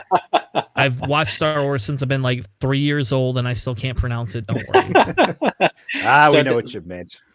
So, Nick, what are your thoughts so far on the scenario packs that are coming out? Did you get the First chance of all, to just want to say, based on what I was saying before, I've only seen the spoilers. I haven't heard a lot of what you just said. I had no idea that they actually officially announced and previewed the new website. Oh my God, yes. Mm-hmm. This has been way too long coming, just as an aside. I love the design of these. I think this seems to be more in keeping with what AMG wants the game to be. And I've made videos on what I think of the direction of the game. I'm not going to retrace too much of that here. But I think if they are going to fundamentally change the game, if they are going to go forward with their own design ethos, they need to go all in. And these sort of quick build cards are fantastic. They're great for new players and also just for stickiness. Like when you're sitting across from your opponent, you're not having to work out the 10 different upgrade cards they have, like you currently do in the points building system. You have the Battle of Yavin Big Starklighter. Cool. I know. I've fought against it 3 times. I know what it does, which is really, really cool. Also, Battle of Endor is on the cards, is it? That's interesting because it means they're going to sort of go over Rebel and Empire twice before they even visit First Order and Resistance. They did make mention of a sequel trilogy. However, I reviewed it twice, and I don't believe they actually gave it an official name. It could be the Battle of the Evacuation of the Car. I think that's what they were making reference to, but I'm not 100% sure. So that'd be cool because it features all the really nice ships and Poe and the bombers and the A-wings and that'd be awesome. Yeah, indeed. But then again, it's Endor, man. So who cares? Endor's awesome. Let's just do that. Yeah. Yep. So and like kind of like Greg said, so when we start looking at these build out cards, like they're neat for the scenarios, but we do have to be a little concerned with how they're going to interact inside of a meta, right? We do have to be a little more careful with some of those pieces, and I'm not going to give like a large opinion either which way, other than to say, like, if we look at the first card on the screen, you now have a range 1 to 2 3 dice dorsal turret. So I will answer to that in the follow-up for that when they were actually playing the Battle of Yavin scenario. They did say on that they accidentally had placed some of the pre-production cards on it, and they did have some typos because there was another card, which was Sigma 7. Its ability wasn't done correctly. They did go on to specify that for this particular pilot, the dorsal turret is supposed to be a 2-die attack, not 3. There was just some typos on it because it's pre-production, and they did address specifically those particular typos on this card in Sigma 7. So what we see is a lot of the cards that are there are still pre-production that they displayed. They did say that they did address a lot of those errors on those cards, and it'll come out correctly. So and that's fine. I still think we have to be very cautious because depending on what these costs come in at, I understand their logic in like the like how they're building. They say, okay, well, Luke's going to be a 6 cost and you get 22 loadout points, and here we're going to give you a new Luke, and we don't know what that we don't know what that cost is. So like again, I think there has to be a cautiousness to some of how they're doing things. On the opposite side of that, like I'm okay with like a list building challenges, right? Because all of a sudden, hey, I could take a standard and I'm going to pick on Darth Vader. And I know nobody wants to hear this, but Darth Vader in the X1 who gets the Defender Vader's, ability in an X1 is different. Yeah. And it could be really good or really bad. We haven't played with it yet. So some of me's a little excited by some of that, but at the same token, I will put my cautious, Sherlock Holmes hat on and say, Watson, do we need to actually have this conversation about how this is going to fit into the meta and where, and did they do enough testing to make sure that it's not broken, right? Like, that's where the larger concern comes in, because let's be fair and honest, they, as much playtesting as they did, there was some big screw-ups inside of 2.5 release edition, we'll call it, right? Like Jedi should not have 1,000,000 points and missile slots and all these other things and spending force at range 0. Like, that's like, who knew that would be good? I don't know. I mean, everybody else. So, Harry, would you like a 3-point Jedi that can shoot concussion missiles? Merry fucking Christmas. Whatever. I don't want to get into it. So that's true, but we also had problems like that when 2.0 rolled around as well. Like, it's probably going to happen. Look, one of these cards is going to be busted. It's just, let's just face that fact right now. I think what these represent is interesting design, and yes, ultimately it is a fairly fundamental change. Something's going to get broken. Half the community is going to yell that AMG are terrible designers, whatever. It's the same cycle all over again. It'll get corrected. Everything will be fine. Actually, what I wanted to say about these is I love that we're actually getting some flavorful builds. I'm specifically looking at Biggs Darklighter with Selfless and his droid. And, it's not like we're just putting a bunch of cards together that don't make sense. Like, they've addressed the power level of that by adding on unique abilities like attack speed and that kind of stuff. So it's given the design space the ability to sort of go, hey, let's have a movie accurate version of some of these characters. And that's kind of fun to see. I like that a lot. Yeah, I agree with you on that. So, all right. So I don't want to so everybody can watch AMG stream for spoilers, right? We don't have to go overly in depth into each of these, pieces, right? I think, the big question is when I bring these up, so we got these two characters, we bring them on screen, yay, nay, what do we think about them real quick? And kind of go around, go around kind of that spectrum, because again, I don't want to spend 24 hours, going through all of them if we don't have to. So for the first one, for Ho Oakland, his main ability to basically, if he disengages, for him to get a free recharge on his advanced proton torpedoes. That's a very nice build.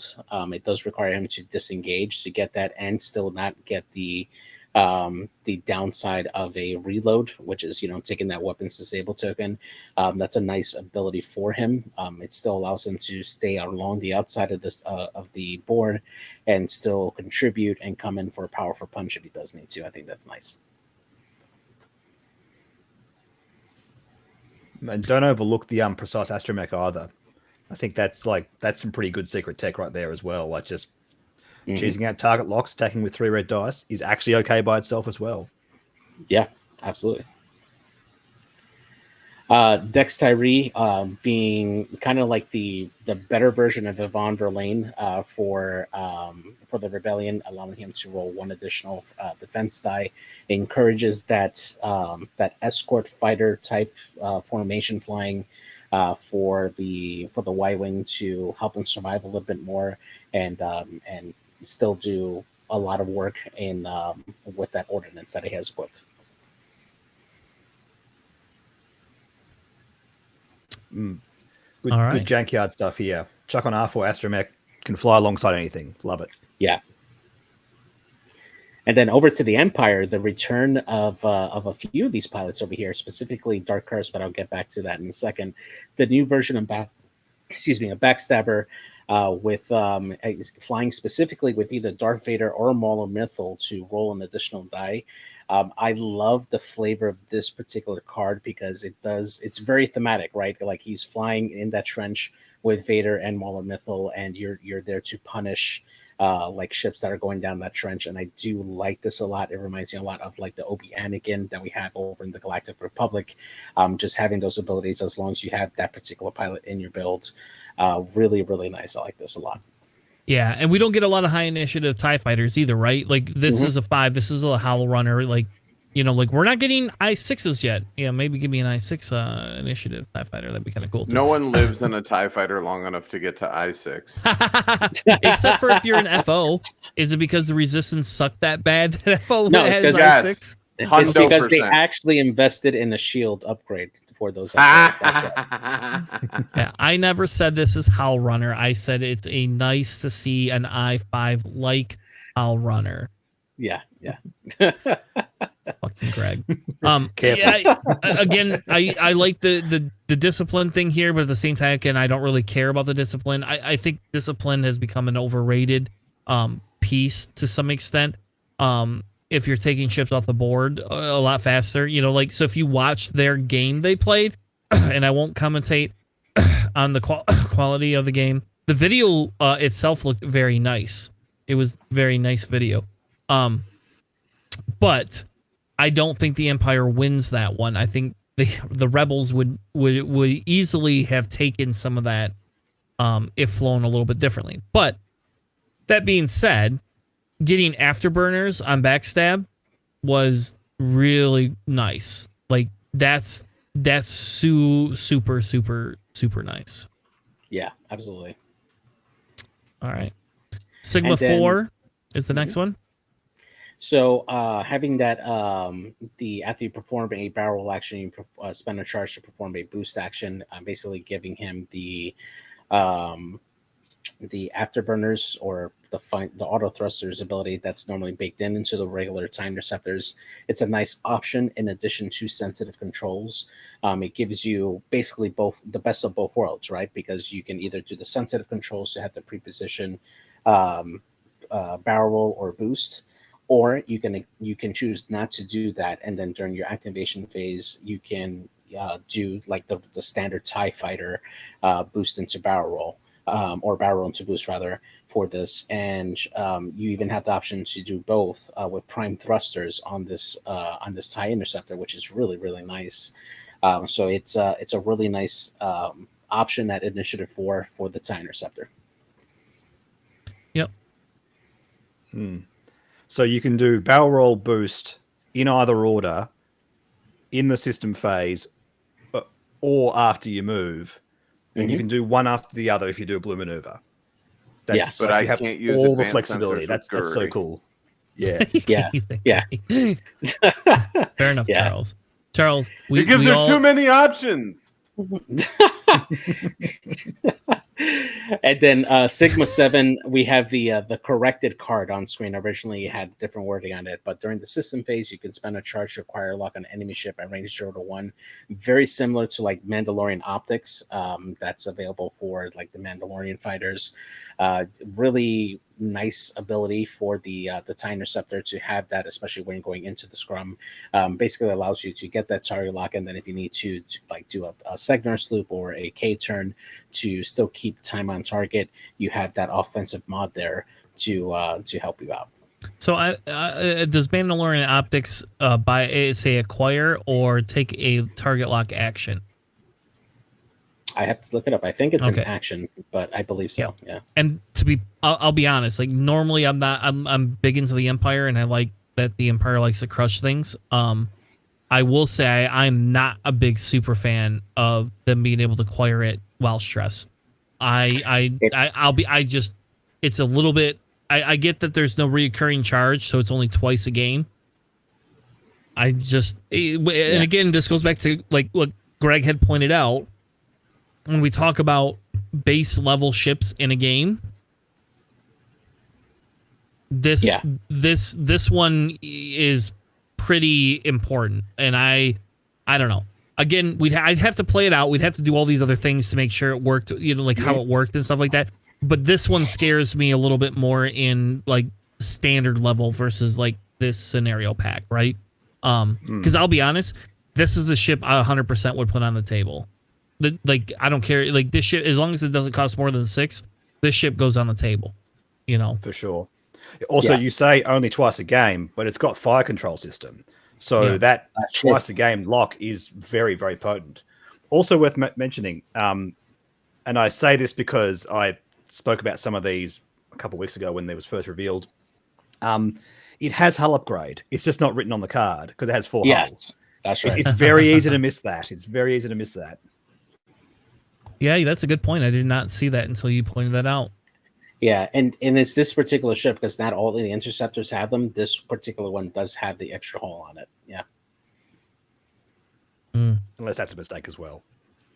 Yeah, but we'll find out. I'm going to say probably not because this is the upgraded one, Nick. Oh, okay. So, like, yeah, this is the one that was supposed to be corrected.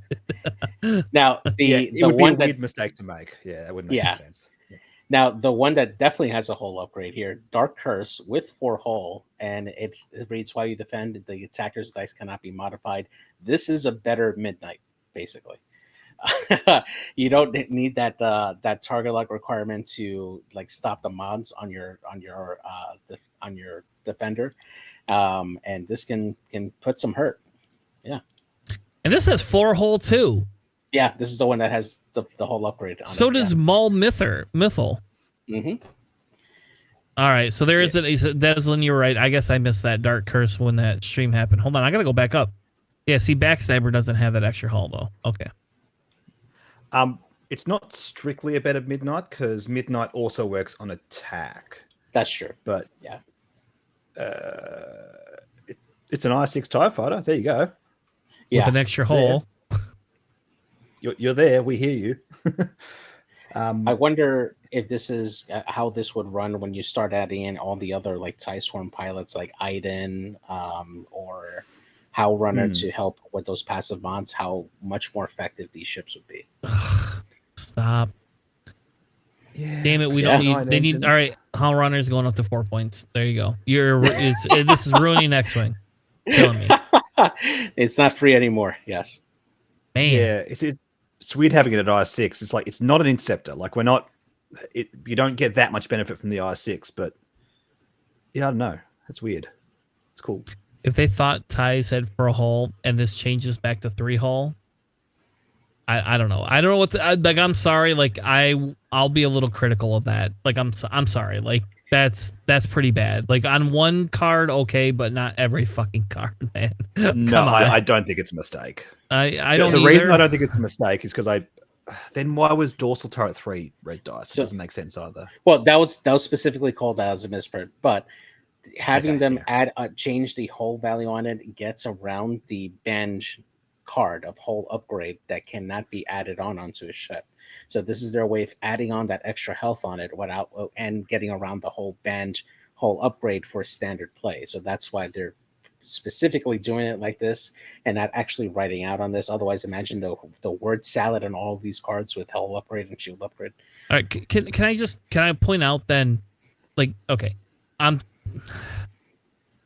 sorry, like, can I just point out that you could have just given a fucking shield upgrade and we could have just been done with, like, this wouldn't even be a conversation. Give it a shield upgrade and move on. Shield is better.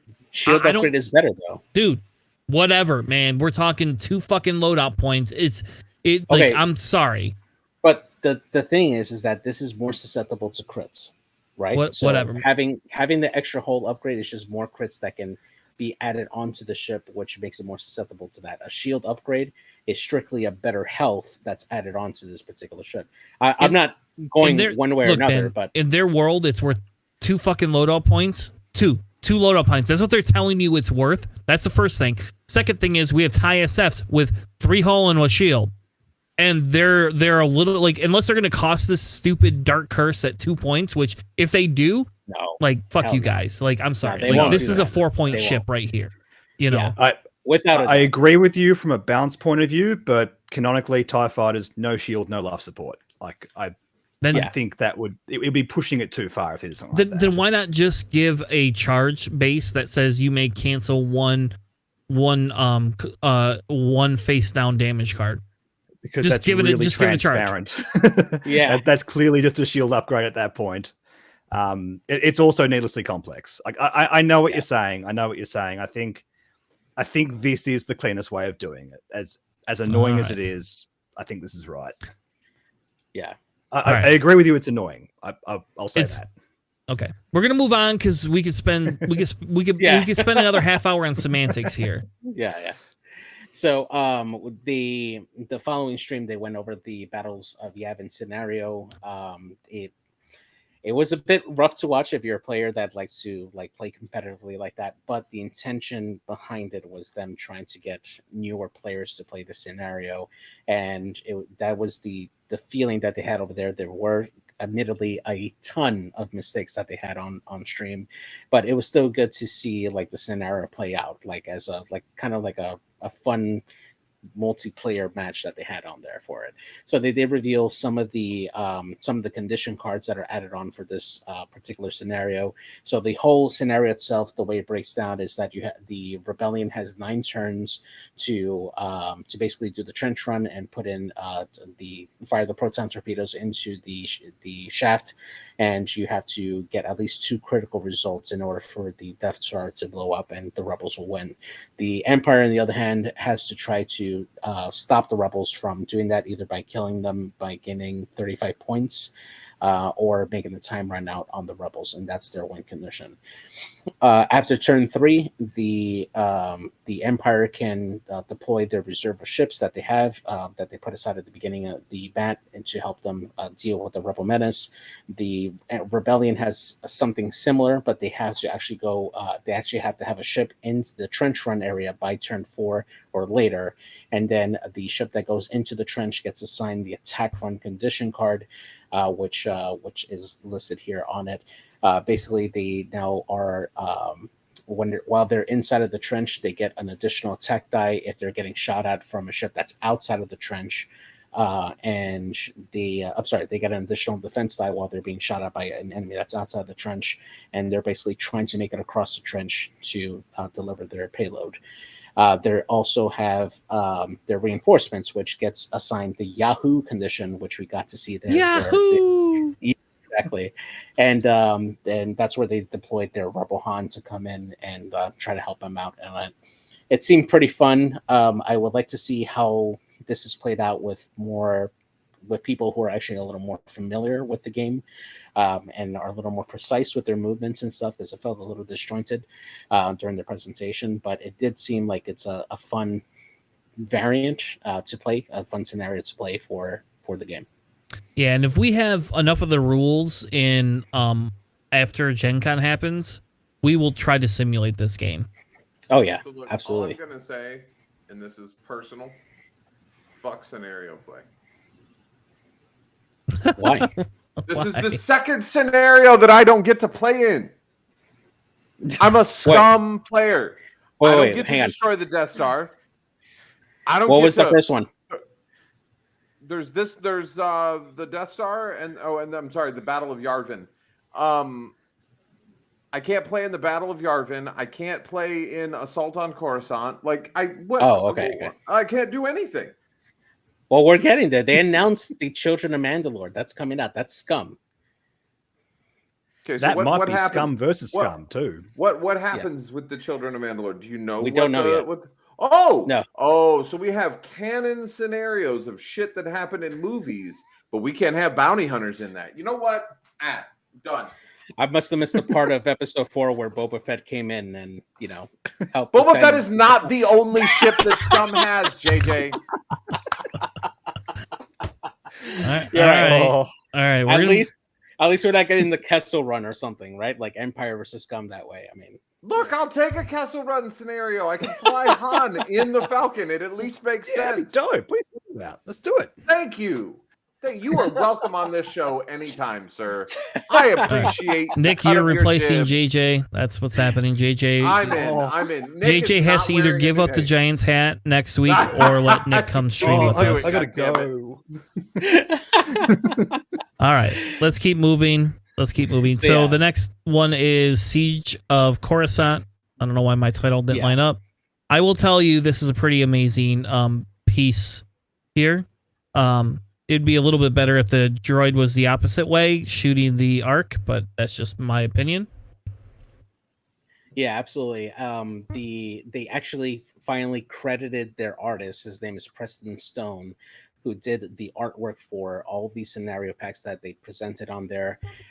Big props to him. This is the first time that I remember that they actually credited a particular artist with creating a lot of these these background art for this stuff. This is probably the best artwork that I've seen for X-Wing. It's just phenomenal. It looks great. For sure. So I actually missed that part as well. Are they actually saying they're going to credit it on cards as well, like they do in like No, MTG they just, and that kind of stuff?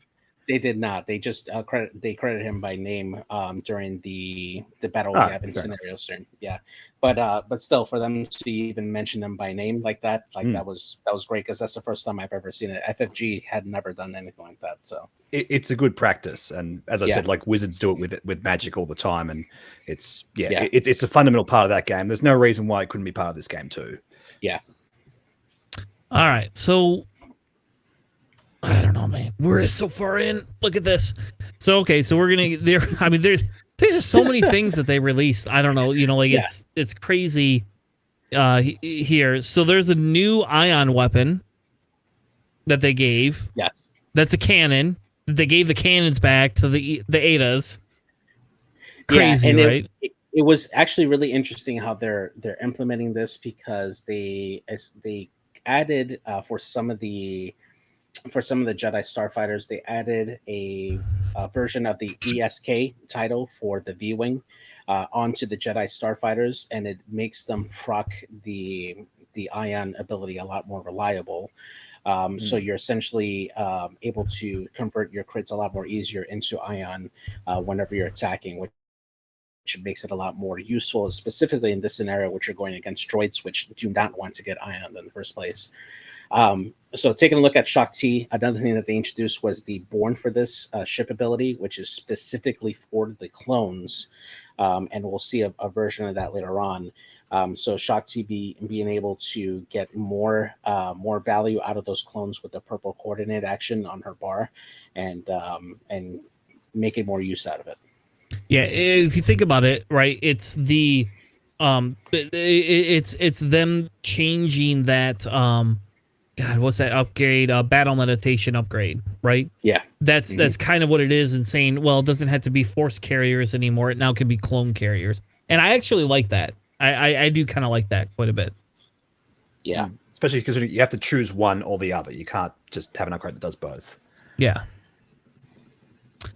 All right, then we have an Anakin, fancy Anakin. He's still going to interact with his Obi-Wan. And last week we had a conversation about what would some of the changes be if we could have Vader and Obi-Wan interact with each other.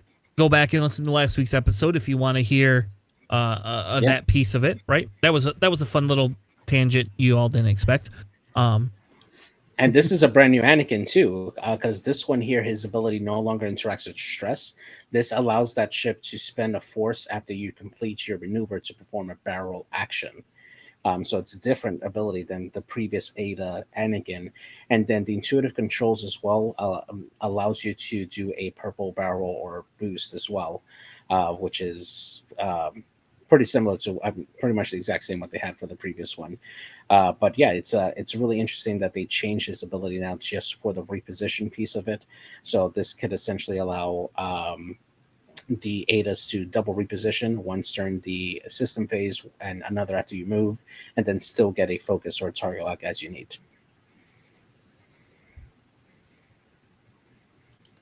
Also, just randomly, is that R2 ability the Rebel one? It looks different. 2D2 Republic. No, it is still the Republic one, because it still allows you to remove the device. The shield. Yeah. There's a lot of cards in this game. My brain. Yeah, there is. Yeah, there are. Yeah, absolutely. I'm like, no, it's not. It's got it wrong. Yeah, all good. All right, next one is Count Dooku, who's got an I-5, baby. Yes. Finally, give me a Synth Infiltrator that might be worth the points you're gonna make me spend on it, right? And it gets Malice, and it gets this new upgrade that we'll probably never ever see as a standalone card, but it's called Roiling Anger. At the start of engagement phase, if you are in the enemy's front arc, you may gain 1 strain token to recover a force. Great. I like it. I think it's good, especially like on this. It's like, oh, I don't have to roll a dice anymore. Merry Christmas. Here you go. The only issue is going to be Notorious, right? Like, this is not going to love Notorious, because you're going to fly in with your fucking Notorious. Yeah. And you're going to be like, oh, you already got a strain token, baby? All right, here we go. Exactly. Yeah. But do you reckon this is better than hate, though? That's the one thing I think, because it's very similar kind of design. It's more consistent than hate. How about that? Yeah. I agree with that for sure. For sure. Yeah, so I don't know. How about this? I'll be honest, Nick. I like hate better if we're talking about like what I like better. But Roiling Anger allows you to recover that force whether they shoot at you or not. So now it's no longer now would say you're going to shoot at Dooku because I'm getting that force back whether you shoot at me or not. Like it takes that piece out of it, and I like that a little bit more, and then it gives you a penalty for doing that. You see, I'm a Boba Fett player, so I'm just used to like mushing ships together. So damage is a given as far as I'm concerned, but I guess not everyone plays like that. Fair enough. Yeah. My droids don't like all that damage.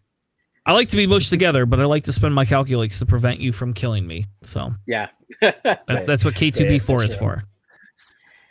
So the next one here is Axe in the Torrent Starfighter here. And we get the first look here at the Born for this text. So it reads, while another friendly ship at range 0 to 2 defends, if you are not strained, you may spend your focus and evade tokens as if that ship has them. And if you do, you gain 1 strain token. So this is very similar to network calculations that we see on the Separatist side. With the caveat that you're getting a stress token or a strain token rather every time that you do that. So that is a really nice ability here for these clone troopers that are going to come in this pack. I also like this wording here, as if that ship has them. It seems very clean. I swear we've had versions of this effect in the past where they actually have to explain the whole effect out for whatever reason. That's good. Very good, clean wording. I like that. Yeah. All right, DIS-T81. If it's not worth like 3 points, I don't care anymore. So sorry, like I don't know what to say. Like Tri-Fighters don't impress me much. Ooh, you got outmaneuver, but you're an I-4. You're not Grievous. You aren't gonna live. That ability though is pretty nice. All right. So while you defend or perform an attack, you may reroll any number of your dice. Then if you are defending, gain 1 strain token for each dice that was re-rolled. If you are attacking, gain a deplete token for each die that was re-rolled instead. You get your note will calculate. Go ahead. So I was going to say that's just awesome insurance. Sorry, you go. Yeah. No, and I agree, and it's a contingency that forces you to outmaneuver them, so you can't run this as a pack. You're going to run this on the side in some way, shape, or form. I still think you die. I don't care what anybody says. Like these things just don't live. They're not Soon Ter Fell, for fuck's sake. You know, like I'm sorry, they're just not. Yeah. They also have a new thing called contingency protocol. After this ship is destroyed, another friendly ship with the same upgrade may perform an action even while stressed. I don't care about that because if I'm paying 4 points for this, I don't want you to kill it. One more point, and I get Grievous. You just said they get destroyed. You just said that, and now you've got a benefit. See, there you go. It's perfectly balanced, as all things should be. The one thing that we're missing out of this, right? There's a little context that we got to keep this in mind, right? So they did describe the scenario, how this is going to be played out for the Siege of Coruscant, right? So for the CIS players, they specifically mentioned that the ships will be able to respawn and coming out of hyperspace markers that are going to be placed on the mat for it. So based on that, it is a possibility that if this ship dies, it will still be able to respawn later at probably the following turn and still have all of its stuff on it. So I mean that could be nice. Even if it's unique. They didn't go into specifics because they weren't ready to reveal it yet, but they did mention that CIS ships would be able to respawn after they die. Oh, all right. Yeah, you're right. They did. So we'll put a pin in this, and maybe this will come back. I will tell you, I don't like the fact that I can't give myself network calculate, or independent calculates. And I'm sorry, like that's just me. That's the guy. I'm the guy that runs that. Like I've been running that upgrade before it was popular. So the question I have, right, because you obviously you're still be able to run this version of it, the standardized version, in addition to the customizable like pilots and stuff. If you have a regular Tri-Fighter and you put network calculations on it, do you also have to put it on the standardized pilot as well? That you can't, because technically speaking, you can't add cards to this. So yes, they've created a conundrum, and yes, like they're gonna have to identify whether this is a standalone style of ship that does not require the what do they call it? The standardized cards. The standardized BS stuff. Like they have to make this. That there has to be a clarification they're going to come out with. Like, and I think they reveal these type of things so people like us or other people can go, hold on a second, what the fuck there? You know, like they're gonna these things are gonna come up, and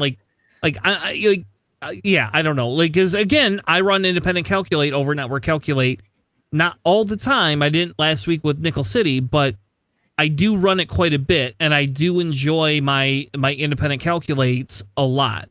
I just really do. And I hope you don't run, you know, Kachka Frost, because I get screwed every time. Like, period. So the last one here is a Hyena here. So this is DBS-32C. This was originally the coordinating bomber for the CIS. Now it has a new ability. After you perform an action or a calculated action, you may spend a charge to perform a jam action. So that's the nice change for this particular chassis. And then the other change that they have on here is the struts. It says strut lock override at the start of your activation. You may spend one charge. If you do, you ignore obstacles while you're moving through them this round. So you can't land on them. And so basically it makes them like the Mining Guild TIE Fighter, that they can just roll through obstacles, but they can't land on them and stay on them. Can I just tell you right now, I hate it, and I think it's fucking stupid, and they should, I'm sorry, like, fuck you. No, like, that's, like, this is as bad as not bringing Guri back to the game. There you go. Just to re-engage. Wow. Like, give me Guri again. I'm okay with Guri again. And hell, I'll tell you what, this is almost as bad as not giving Guri advanced sensors. There you go. There's your, it's not really, but, Fun words. I'm sorry. Like, I don't like this at all. Like, this is stupid. Like, I'm sorry. This is dumb to me. A calculate jam is nice, though, I gotta say. For the separatists, that's something that they don't have. They don't have a reliable jammer on their faction like so has. Sure. Can I explain to you why this still sucks, though? You gave me plasma torpedoes. When am I going to use him? I'm going to be jamming you, right? Like, I have a contingency protocol. Somebody die so that I can fucking, get a target lock. Come on. Fuck off. Like, why the fuck do I got plasma torpedoes then? There's still pilots we haven't seen, so it's still early to pass judgment on it. So I'm sure. Okay. All right. Yeah. I'm going to be negative on this. I'm sorry. Like, this is personal to me. Like, this is like it's your baby. I know. I don't know. Like, and again, if this comes in at 4 or 5 points, then I'm just going to be like, throw this in the garbage. It's worthless now. And I'll be honest, plasma torpedoes are worthless on this thing. Like, why do I want a plasma torpedo on an I3 of all things? Oh, all my, unless I'm going to run I1s and I2s, and that's it. Because, the plasma torpedo is going to strip, I'm sorry, dumb. I don't know. No worries. So, they would have been better off giving me, the biohex codes or something like that. Let me have biohex codes on this ship so that I can target lock you and jam you from afar. That makes sense. We're about 30 years too early for that. Yeah, right. All right, fair enough. So the other exciting part was they announced the Hot Shots and Aces 2 pack that's coming later on that will have 5 pilots for every faction included on this, as well as some upgrades and stuff that were missing between the factions. They did reveal 3 pilot cards on this one. The first one I was excited for. This one is the Initiative 6 Poe Dameron on the YT 1300. Ability reads: before you execute a maneuver, you may spend 1 charge if you do ignore obstacles during that maneuver. After you fully execute a maneuver, you may spend 2 charges to perform a weight boost action or a red barrel roll action. And if you perform the barrel roll action, you expose the damage card if able. Having a large base Falcon being able to do a barrel roll is fantastic, especially at I6. That's going to be a lot of fun. So spicy. So good. Yeah. I think a lot of people are evaluating this based on that red barrel action, but the rest of this is like just ignoring obstacles is so good. Like, Yep. Yeah. What you can do, picture this: 2 charges. You barrel roll in front of a rock, recover 1 charge, then move through the rock the next turn. Like, having that kind of agency on an I-6 Falcon is just awesome. Wait, you know what this sounds like? Dash. Yep. Oh, and what did they say they're going to do? They're going to, we're going to nerf Dash for you and give you a new Dash pilot. But here, have Poe, who can do the same fucking thing, except for he doesn't get extra dice, I guess. That's the only difference. At least they don't fucking have Kira. I was going to say, he doesn't have the double tap. And he doesn't have the dial that the YT13 or the 2400 has either. Yeah. No, do not death. Yeah. I won't lie and tell you that I really like this ship, but I'm not excited by that ability per se, especially because it's a reoccurring charges, right? Like, I don't even need 2 of these. Like, okay, your goal has to be, how can I move through 2 fucking obstacles? Like, what do I need 2 charges for? They reoccur. Like, what am I gonna do with that? Like, are you gonna barrel roll me onto another obstacle? No. This is all the more reason why you need to run to Pusk on the Scum to stop the charges from reoccurring. Because good luck trying to go over an obstacle if you don't have a charge. That could be good. True. What is it limiting? It's basically you can't do that second paragraph twice in a row. That's entirely it, isn't it? Yes. Exactly. Yeah. And you can't do the first and the second sequentially or in the same turn. Yeah, I agree with Deslin. Don't underestimate what a boost can do for a large base ship. Oh, yeah. Holy shit. Oh, yeah. I will tell you, as a 1.0 Scum player, engine upgrade on the YV666 changed my life. Yep. Oh, three hard with a boost with a 180 degree. Oh. Dude, on the old fire spray big base, when they announced 2.0 and they gave it a medium base with a boost, the hype was real for me. I agree. Don't spend 4 points anymore. Beautiful. That's just what I was doing anyway. Yeah, absolutely. Just to finish off, we're going to go straight to the last card here, Joel Jajerod. For the first order here, he's going to be another TIE FO bomber. His ability reads, after you perform a boost action, you may spend a charge to remove a non-lock red or orange token. And he has 3 tokens total for this one here. This one didn't wow me as much, but the only thing I could think of is, I mean, like doing a stress, like a stressful move if you were previously stressed, or if you were previously strained, like taking that off for the boost, or a pattern analyzer. All right, I guess. Or you can just do the red boost and take the stress off. Yeah, that's more what they're going for. Because you can't perform your pre-position boost and when you're stressed because it's an action. Right. So like, can it take prime thrusters? Yes, it can. Well, then if it has enough points. Yeah, exactly. Sure. Yeah. I'm willing to assume that it probably will be able to take prime thrusters. I just like this being like a learning tool for new players. I think, hey, this is what flexibility looks like. It's not on a super high crazy ace or anything like that. It's just, cool. Learn how to remove tokens and try to abuse as best you can. Yeah. It's not meta breaking or anything. It's just a cool. It's doing what the faction wants to do, and I think that's a really cool design.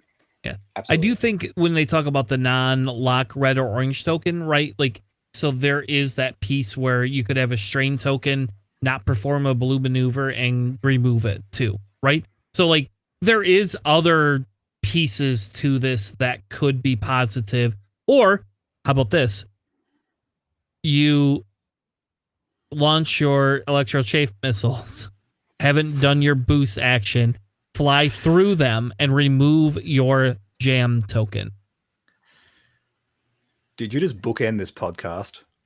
well done, sir. Well done. Mad respect, Chris. Full circle. Yep, sorry. I have been podcasting for a long time. Absolutely love it. Yeah. Yeah. That's really good. Man, I gotta learn that. That's great. If we're being serious though, like in all seriousness though, like you could do that. I mean, yeah. And you could then get coordinated or something maybe, because it's an I-4, right? What is Gideon? I-4? Yeah. Just saying. I'm just saying, like, I'm not saying they're smart enough. They're smart enough to think of that, but like, if it's me, that's kind of, I don't know. Anyway. Yeah. No, I definitely agree. Well, the question that I have on that is, I don't think it's possible. Do they have a gunner slot? Yes, with Skill Bombardier. Yes. Okay. Yeah, Just yeah, making sure. Yeah. I didn't know they had a gun. I don't fly first order. Shit, nobody with a shred of decency in their humanity flies first order. But if they didn't have the Skilled Bombardier slot, you can't fire at a 3 bank and then boost through it. There's just not enough real estate there. Yeah, no. You have to intentionally do it at a 2. So if the Skilled Bombardier trick is already viable on this frame, before we think about like, oh, is this good enough to combo with it? Just taking this for the fringe cases where that comes up seems viable by itself.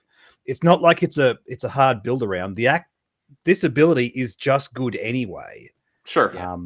So it's just a lot of flexibility at no real like detriment. No real cost to fly this. So yeah. It also allows you to really keep up with, it's not Hollow. What's the other one? Is it Von Reg that passes the token? No, it's Hollow. Hollow, yeah. So, and what's that's Hollow's true. at a I4 or I5? I5.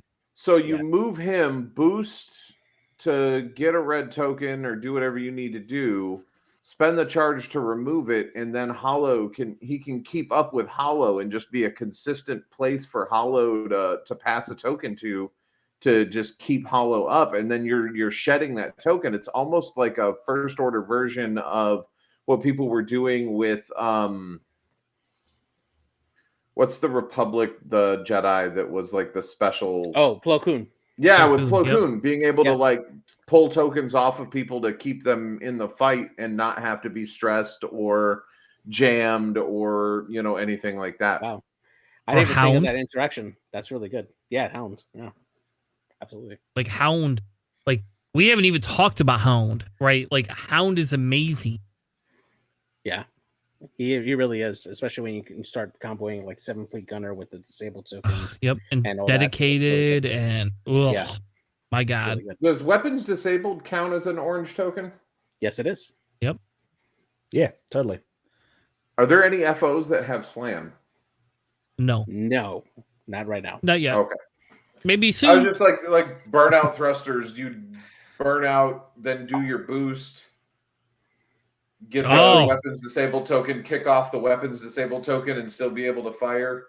Could you equip a burnout thrusters on a Z-class shuttle or on the large base one? I don't think so. No, but it's scum only. So. Oh, it's scum only. Okay, that makes sense. So the last thing that they talked about here for the Ministravangaza was just talking about the future, about what they're going to do for reprints and re-releases for X-Wing. They did start off specifically by naming the TIE Bomber for the Empire being the first. Accidentally. Re-release. Yes, accidentally. So I know that guy is either going to get reprimanded or fired for doing that. That was hilarious when that happened. The other one that they mentioned was the Alpha Class Star Wing that's coming out as well. And then they also mentioned the YT-2400 that's coming out as well. Boo. They did say that all these ships going forward will have standardized cards in addition to their regular cards that are coming out. So they specifically mentioned that they... Possibly, yeah. They did state that not every ship was going to get reprinted from 1.0 to 2.0, or 2.5 rather, black box. That they're specifically going for ships that were fan favorites. I do absolutely believe that the Star Viper will be reprinted because of the demand for that ship to come back in. Look, I'm going to start a petition. Yeah. I was going to say, I'll sign it. Me too. Get a piece of paper with 20,000 signatures on it. That's easy. Just send it in, and boom, you got your Star Viper easily. That'll probably be like the first thing. You say 20,000 signatures is easy, but yet you wear a Giants hat where they can't fucking do shit. Like, so don't talk about me about I love how that shit spun here. around. Where the hell did that come from, man? Where's the signatures petitioning for me to remove my hat? Come on. Charles, I guess we have a race. Can we get more Guri signatures or more JJ remove his hat signatures? Watch you try to combine it in the same note. I think we can get Nickel City on board for JJ to remove his hat. I'm just saying. Oh man. So it's interesting that they're going to include both the standardized pilots for those ships in addition to providing the old ones. They did specifically mention that they were looking at Dash Rendar to rework that pilot in particular. So we could see a completely different Dash than what we originally had. So he could be not as abusive because they do recognize that he is a problematic pilot with his ability. So we could see a more balanced Dash coming out with a completely different ability. That could be something that's promising to make that ship playable and not so much as a negative play experience. Well, if they don't, and it's anywhere near it, it feels like a boycott coming. Because, like, I'm sorry, like, I don't want another Dash in the game. I don't need Dash. Dash is not a needed figure in Rebels, and I'm sorry, but Rebels is good enough on its own without that piece of shit pilot and his ability. And I don't care what anyone says. Like that, like he has usurped Torkel Mux's status in X-Wing. Like yes. I no longer bitch about Torkel Mux at all compared to that. And I don't like Torkel Mux either, but I'll tell you what, like you get rid of Torkel Mux's ability to have two arcs and it immediately removes my complaint piece about him to some extent, you know? Yeah, absolutely. Yeah. And then the other part of it was the announcement for new starter kits for each faction, which will have 4 ships in each pack. It's not going to have any new like cards or anything like that. They're all going to have standardized pilots. And it's basically meant to, you buy it, you unpack it, you already have a full set there, a full list there for new players to play, jump into the game, and you're good to go. So that's a really big positive for getting new players into the game. They already have a list already built. It's probably going to cost a little more than what the current core set is. But if you're getting 4 ships, yeah, easy. I can see that being $100. But if it comes with a full list and you have everything you need, you know, the dials, the range rulers, everything, I mean, that's great. That's good to go. Yeah. If it's anything like the Legion Battle Forces, which just go to an LGS, buy it, play in the same day, awesome. Big thumbs up. Yeah. No, and I agree. And my theory is they're not going to use all of the ships from their pre-release 3-ship packs that they now have in every faction. My theory is going to be that there might be one of those ships in that thing, but they're not going to have, like, I'm not going to go and buy a Republic starter kit that has 3 Jedis and a LAT. That's probably not going to happen. Yeah, agreed. And I'm excited by that, to be honest with you. Like, and depending on the cost, like I think they're going to be $100. I'm hoping they come in at 45 to 55. Like that would be like my dream is that, because then I could buy some and do giveaways for the stream, right? Like I like that $100. That's a really hard. Like our stream doesn't make enough money to spend $100 for a giveaway right now. So if you all want to help sub out, you're welcome to join patreon.com, or you're welcome to sub here on Twitch. Plug. Or you can PayPal the stream. You know, we actually have an LLC set up. So anyway, but I just, like, I'll be honest, like if we could keep that cost a little bit lower, they will immediately draw in new players just based on that cost. And like, I'll tell you what, like my LCG, like we are not my LCG. Jesus Christ, it's your like, limited card game. Yep, my limited card game that I don't play anymore because I can't play Destiny anymore. But by the way, if you like Destiny and you ever want to play old school Destiny, hit me up. I'll play it. Especially if you're in Michigan. But you know, it goes back to if we could get a kit for $55-$60, right? You know, like typically on you know, a store gives a discount, right? And one of the stores we go to specifically has, you know, they give 10% off almost everything, no matter what. That's just what they do. And like, there's 6 of us, and I already talked to, you know, a couple of the guys. It's like, hey, if we had a brand new player that committed to come every week, would you buy him a starter kit so that they could just join in and play with us? Yes, like immediately. Yes, and I don't say that because I have enough money to just do that for like 20 people to show up. So please don't have 20 new people show up because my wife will literally kill me. But at the same token, if that happens or we had 20 people show up, I could literally walk into the store and say, hey, you just had, these players can literally put ships on the table every week and join us. Like, they're gonna buy shit. It's not even a questions asked, like, scenario, conversation.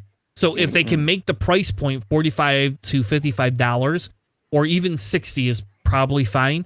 That price point for a brand new player to, like, the rest of us pitch in $5 a piece, boom, Merry Christmas. There's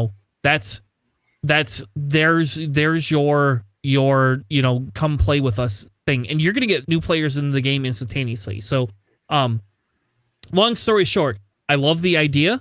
I'm happy they're updating their starter kits.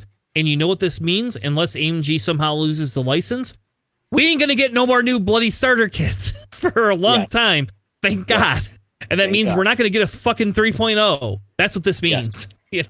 No one's going to invest in that kind of capital in producing a product that all of a sudden in 2 years they're going to replace with a 3.0 version, Yeah, and then the most exciting part is their closing comments saying that they have a roadmap for the next 5 years of content for X-Wing, and they are excited to bring a new product for it that's coming out later down the road. So it's good to know that they do plan to design stuff for X-Wing down the road for the next 5 years. So we'll see more and more content. I do agree the same sentiment that you expressed earlier that yes, we're not getting they didn't announce any new ships. But at the same time, I am excited to find different ways to play X-Wing. I'm excited to already get new content for the ships that I already own without having to buy yet more cargo space to store all these new ships. And just enjoy the game even more, right? Like enjoy more options that you can use to play the game. So yep. You know what my dollars go to? So I actually have a board game budget that I'm allowed to spend every month. So I have that built into my personal budget because I spend a lot of money on board games. So it just means that either I can enhance my other piece of my board game collection, because right now I'm funding my brother's Arkham Horror collection, unfortunately.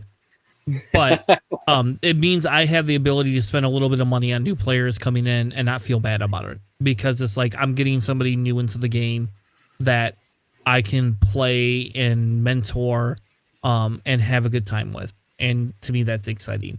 So we're going to wrap up the show. We've gone longer, even with the delay in bloody Tanner's internet. But what I want to do is Harry Nick, even though you look semi-hairy, like you are a very clean-cut hairy person. Let's just be frank. Like, you haven't seen my beard used to stand from here down to like down here in my chest. Like, my beard rivaled your hair. So like when we talk about hairy people, like you are a semi-hairy in my opinion. We never got to the metal discussion either. Like, we never got into like, are you a death metal fan? Back. Yeah. So not death metal per se. I like thrash, progressive, classic rock, that kind of stuff. Yeah. As long as it's not Nickelback, we're okay. Do you like Nickelback? No, you do? Wait, you like Nickelback? Oh, hold on. Let me disconnect him right now. He said no. He said no. All I think right. Because them. I think they get way too much hate, but I don't like them or anything like that. There's an eject button. I can eject you from the stream right now. Like, if you say I like Nickelback, boom, you're gone. Like, it's done and over with. That's the hell-worthy trespass for our stream. Yes. Like, Charles and I don't always agree on metal music. So, I think, but we do agree on that. I think we found the one thing that Tanner hates more than Dash Rendar. Than Dash Rendar. Oh yes, 100%. Yep. You know who I hate even more than Nickelback? Creed. I fucking hate Creed even more than Nickelback. Creed, okay, hold on. Wait. I don't hate Creed. I hate Scott Stapp. I hate Creed. Alter Bridge is an amazing band, and that's Creed without Scott Stapp. So, like, I'm gonna have big generic bloody. Okay, I've been drinking, really? And we'll go down a path we don't want to go down to. Yeah. Let's back away because I need to sleep. Yeah, Charles and I could have a metal. All right, we're gonna have a metal stream Planning Phase Syndicate. You got to invite Sandy. Sandy gets to come too, because I found out Sandy's.